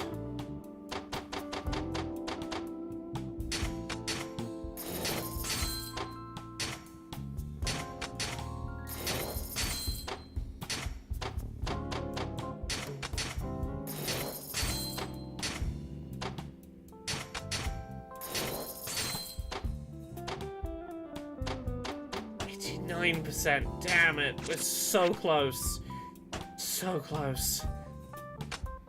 Let's make some money. Look at all this money. You got this. Cha-ching.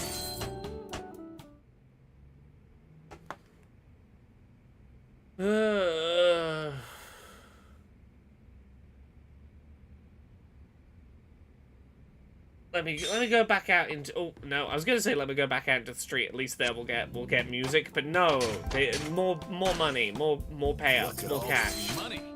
Look at all this money. So much of it. Let's make some money. I think we're literally 1% away from finishing this side quest. But yeah, like my parents are aware of like me running and organizing protests and stuff, and I've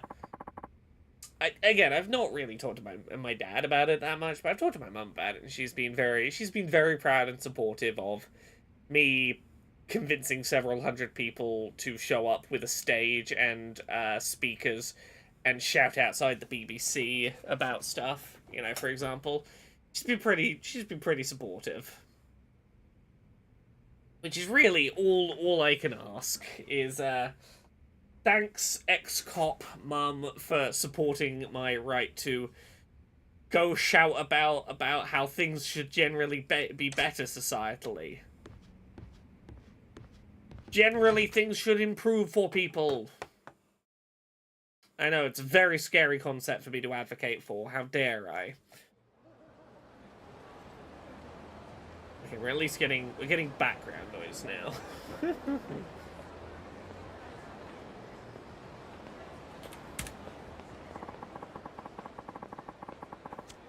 No, stop trying to tell me to go meet the owner of the empty lot. I'm not done. Game, I'm not done. I'm not ready. We gotta finish business. Management minigame.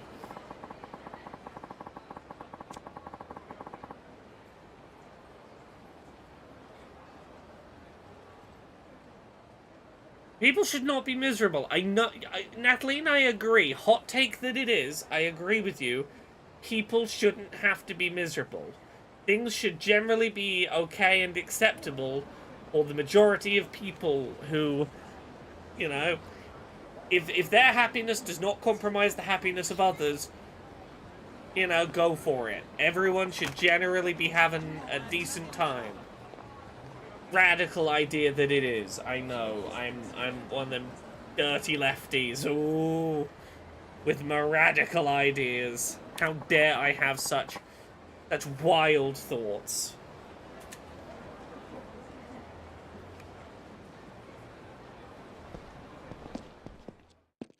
I gotta go in and check now, just to be like, hey, business. Are you still businessing? I went outside and now I don't trust you to be doing business. They didn't even notice this payout had happened. That's on me. I gotta check these things. Oh, I haven't finished upgrading this area. Oh. Looking good. I haven't got this area all to S-rank yet. Rank up.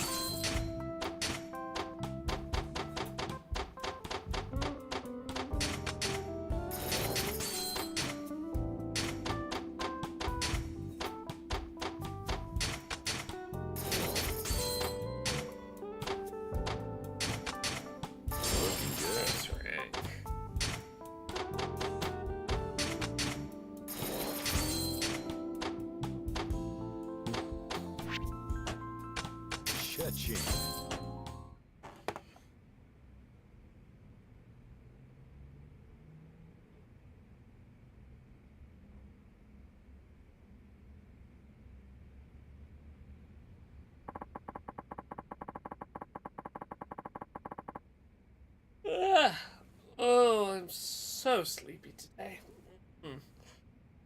I gotta be awake. I've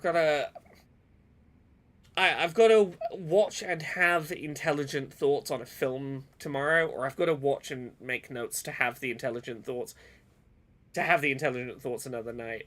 I am gentrifying the area. I know I'm terrible. I'm recording an episode of Fix Your Heart or Die, talking about David Lynch films on Friday night after the Friday night stream, where I'm going to be talking about the David Lynch film The Elephant Man, which I saw, probably 6 months ago. I need to re-jostle it into my head before talking about it. Talking about it in a work context. So I gotta spend tomorrow morning sitting and making furious notes while I rewatch The Elephant Man, a film that it's very interesting digging into the real life story of the person involved and where the film adaptation does follow and doesn't follow the story of this disabled man's journey through life, as it were. It is given. I'll say this: when I was rewatching David Lynch's filmography, maybe 6 months ago, The Elephant Man is the one that I was most anxious about rewatching, because I was given that it was filmed in the late 70s, maybe early 80s at a push, I was I'm not trusting this to be a sensitive depiction of a disabled person. And it's got its problems here and there, but what I will say is it largely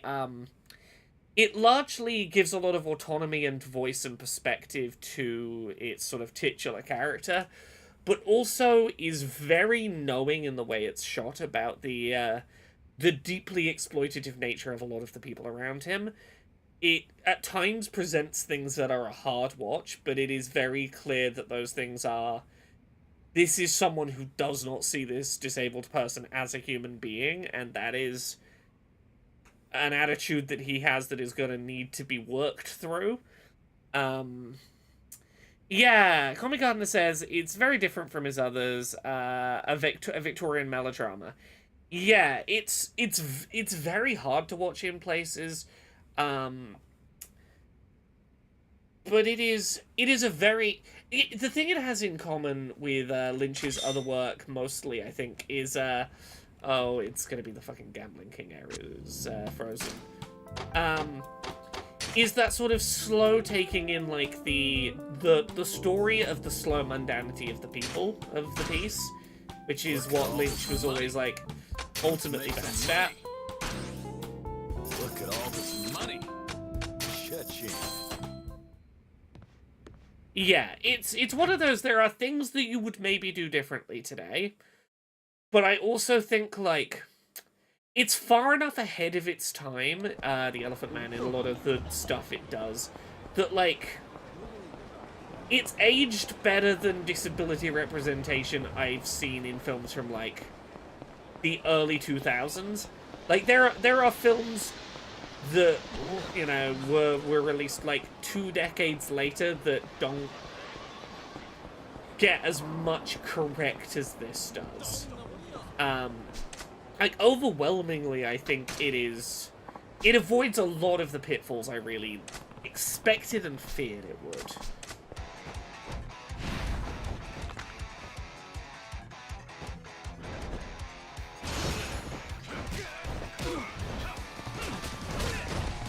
Okay, oh, yeah.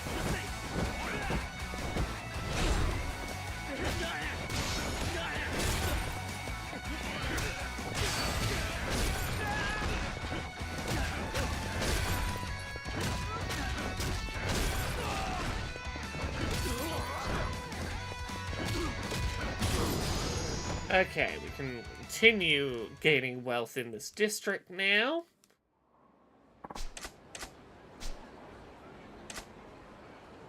And we'll hit 90% before we know it.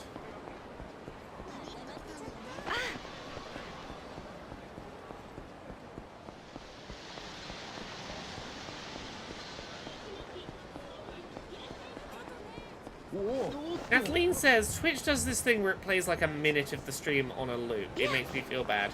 I have no idea why it would do that. I'm very sorry it's doing that to you. That doesn't sound pleasant. Getting stuck in a loop, not good. I have one getting stuck in a loop story. I've told this one before, but I'll tell it again. You've made me think of my one getting stuck in a loop and it being unpleasant story. When I was 16, I was driving my moped, got hit by a 4x4. It was like, I was going down a straight road, there was a give way, like, intersection. Little old lady in her 4x4 just didn't stop at the give way point and just smacked straight into the side of me. I had right of way, couldn't have seen her coming.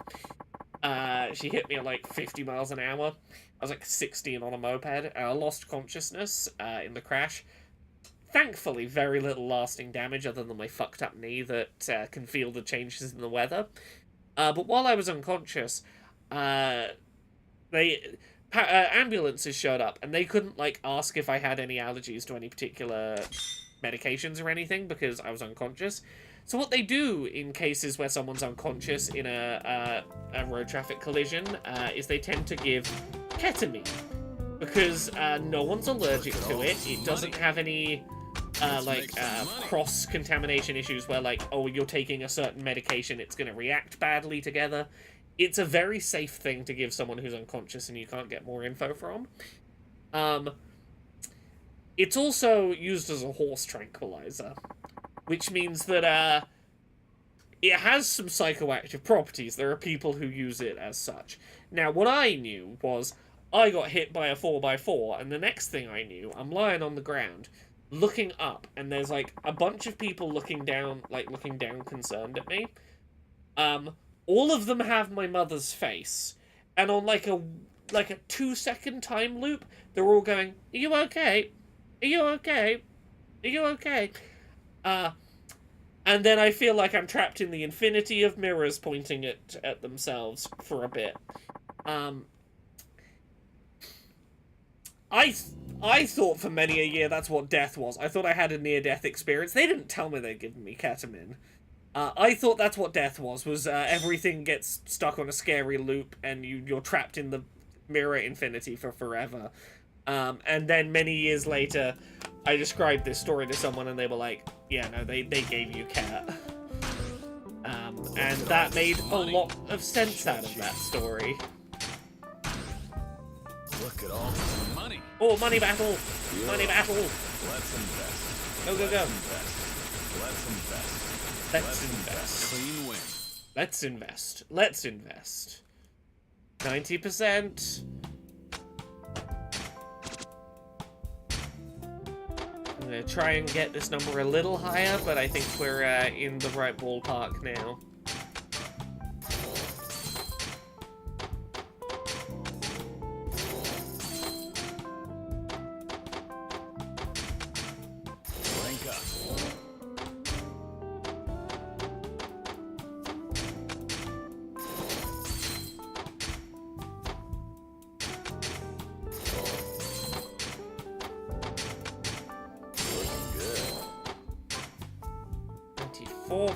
We've got to be basically there. Let's invest isn't as good as economics, I agree. It should be economics. Give me more of the economics. Let's make some money. I'm sorry they seem to be going so hard on the let's invest today. Please leave. Okay, oh, it's what they were doing at the start of the game. They're sending a bunch of homeless people to hang out in my office to... Yeah, you're the guy who let me into the catfight arena. Okay. No. I've got a message for you from the Gambling King. He's really pissed, he's waiting at his turf now, he wants to settle things. Okay.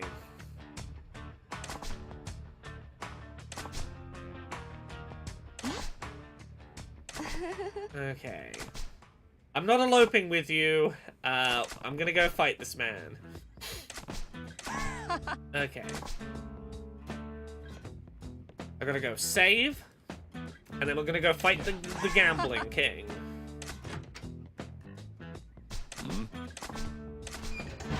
Oh, she's upset. I don't want to elope with her. What? Okay. Time to go defeat the Gambling King and be in charge of all of the landlordship.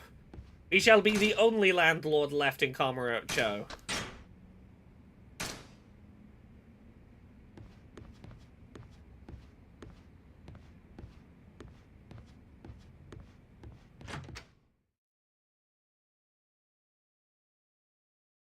Yeah, realizing that like, the experience of ketamine is that weird time loop I got stuck in that one time has meant that I don't think there is a drug on the planet that appeals to me less than ketamine contextually.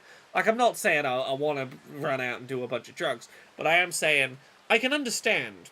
A lot of drugs, I'm like, I conceptually understand why a person would want to do that drug. Like, I have no interest in cocaine, but the sales pitch of it makes you feel like you're invincible and could fight God. I'm like, okay, I can see why that's appealing. Ketamine, I don't like the idea of the drug that makes you be trapped in the mirror dimension where the mirrors face each other and you're trapped in the infinity point of the mirror. That doesn't sound like a fun time. Okay, they give ketamine for bad joint relocations because you forget it ever happened. It destroys short-term memory for a bit. Not a painkiller, so you're still feeling all the pain, you just don't remember it afterwards. If you ever hear anyone scream like the damned in hospital, they're on Special K and something horrible is happening to them. It's okay, it's only everyone else who has to remember it. Huh. That's, again, super interesting. Yeah, the idea of, like, a dissociative... Because the other way I've heard people describe ketamine is... It feels like I'm down the I'm lying on my back at the bottom of an infinitely deep grave. I'm just... The grave's, like, 3 miles deep, and it's just the size of me, and I'm at the bottom of the grave. I'm like, that doesn't sound appealing. Even the people who enjoy that drug cannot explain it to me in a way that makes it sound like a thing where I would go, yeah, I could see how you'd get into that.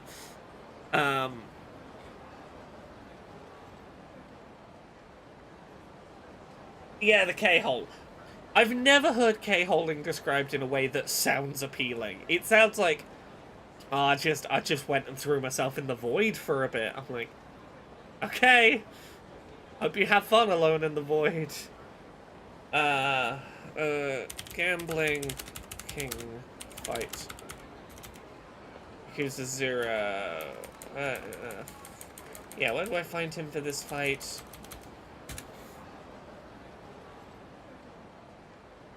To Gambling King.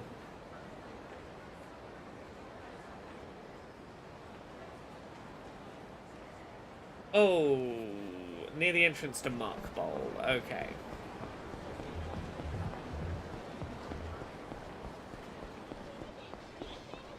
Because again, like, you know, I can understand I put a funny stamp in my mouth and I saw rainbows. I can understand that. I can understand, oh, there he is. I swallowed some powder and now I love everyone. I can understand, you know, a lot of drugs I can understand the sales pitch.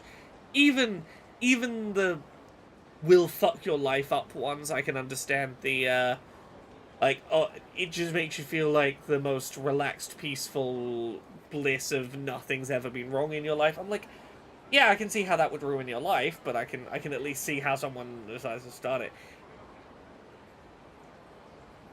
Ketamine's never been described in an appealing way. Yeah, Poppers is another one I don't get. I understand on paper if you want stuff up your bum for fun, Poppers can be good for that. It's not for me, but I understand it's good for a purpose. Cass says, ketamine does have some interesting things they're exploring for rebooting your brain chemistry if normal treatments for something like depression have failed. Yeah, I am aware of that. Like, I am fascinated by ketamine's potential to treat antidepressant-resistant depression. Also, apparently, it has really... there's a lot of studies that show it has really promising results for PTSD, and for helping work through PTSD. Also for, what was the other one? There's a couple of conditions that ketamine specific therapy or therapy treatments involving ketamine have shown really promising results. Yeah, for people with PTSD, there have been studies that have shown ketamine as a dissociative in a therapy setting. So it's not like just do some ketamine and your PTSD is going to go away. But in the context of, we're going to talk you through the things that you need to internalize and understand through therapy while you are having just like a little low dose of ketamine going through you. So you're like internalizing it but not thinking about it. Apparently has shown promising results. This is me very much paraphrasing a study I haven't read in a while. I think that was the gist of it. It's talk through the thing that you find hard to revisit and hard to re-explore, while taking the kind of stops you remember it and like thinking about it too much drug. Anyway, yeah, let's beat this fucker up.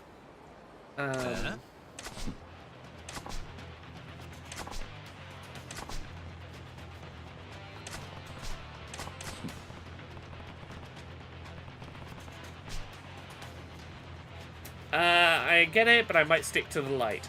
Oh, MDR therapy? The rapid eye movement, yes, it's, the one that they've also shown that, Tetris can be effective for getting the, MDR rapid eye movement effect to happen. I got to write a thing about someone using Tetris for rapid eye movement therapy for PTSD. It was an interesting story. There's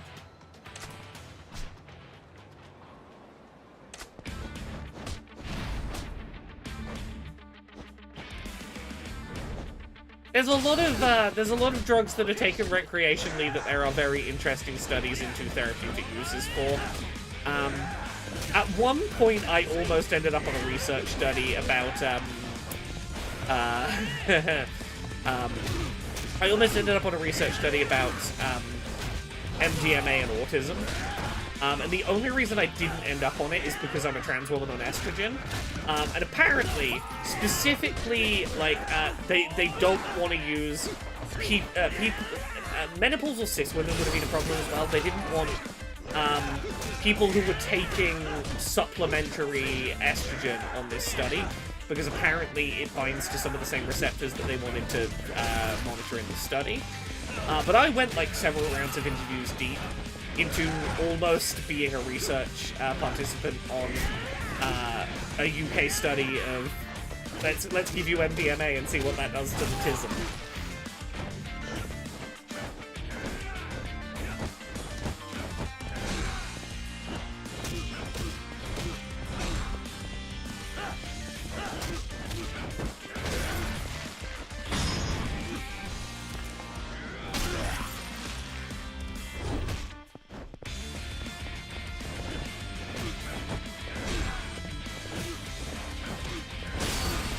It wouldn't have been as fun as it sounded. It would have been a lot of let's give you the drug in a controlled, sterile lab setting, and then have you lie in an MRI machine while we look at your brain while drugs happen.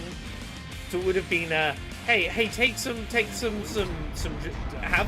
party drugs, and then lie in the sterile machine that makes a lot of weird sounds that are not very pleasant for your autism, and we'll see if like. Is it less unpleasant to be in the MRI when you've had a bit of MDMA versus if we just put you in the MRI without any MDMA? And I can tell you right now, autism aside, the answer probably would be, yeah, you'd probably have a better time in the MRI machine if you were a little bit high. Hooray, we beat the businessman. He's given up all his business. I lost everything today. This isn't the end for me. I'll claw back up to the top. Okay. Don't use any dirty tricks next time. Yeah, be a good, honest billionaire. Make your billions back the honest way.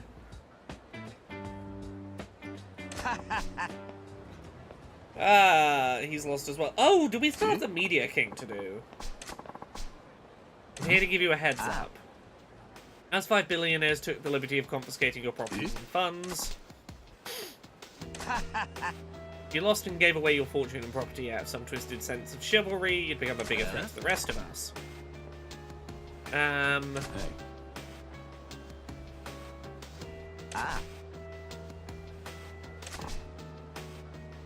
Oh, we've not finished this story. We still got the Media King.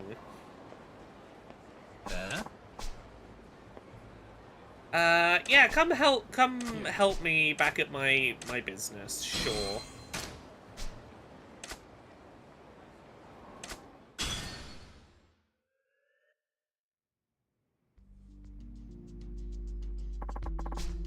Okay, impeccable timing. 5 billionaires, a fewer in number these days. I'll take care of Mr. Kiryu without fail.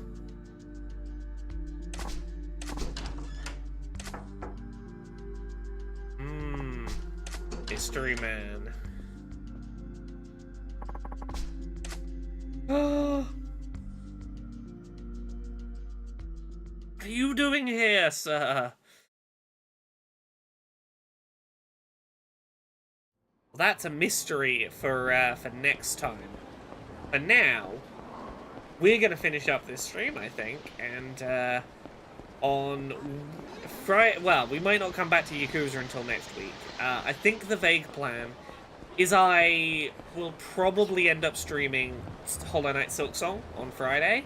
I suspect it's going to be a one-off stream. I might do a little bit of it tomorrow when it first goes live, and a little bit on Friday, and then probably on Monday's stream I will. Oh, I think we're going to cutscene here. How did he beat me back here? Monday's stream will come back to Yakuza, and we'll continue cracking on with that, I think is the plan. Just the Media King left. Yeah.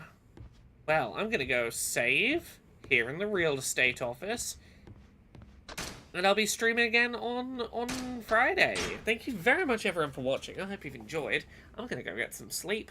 Have a good one. Happy Silksong Day tomorrow to all of you who celebrate.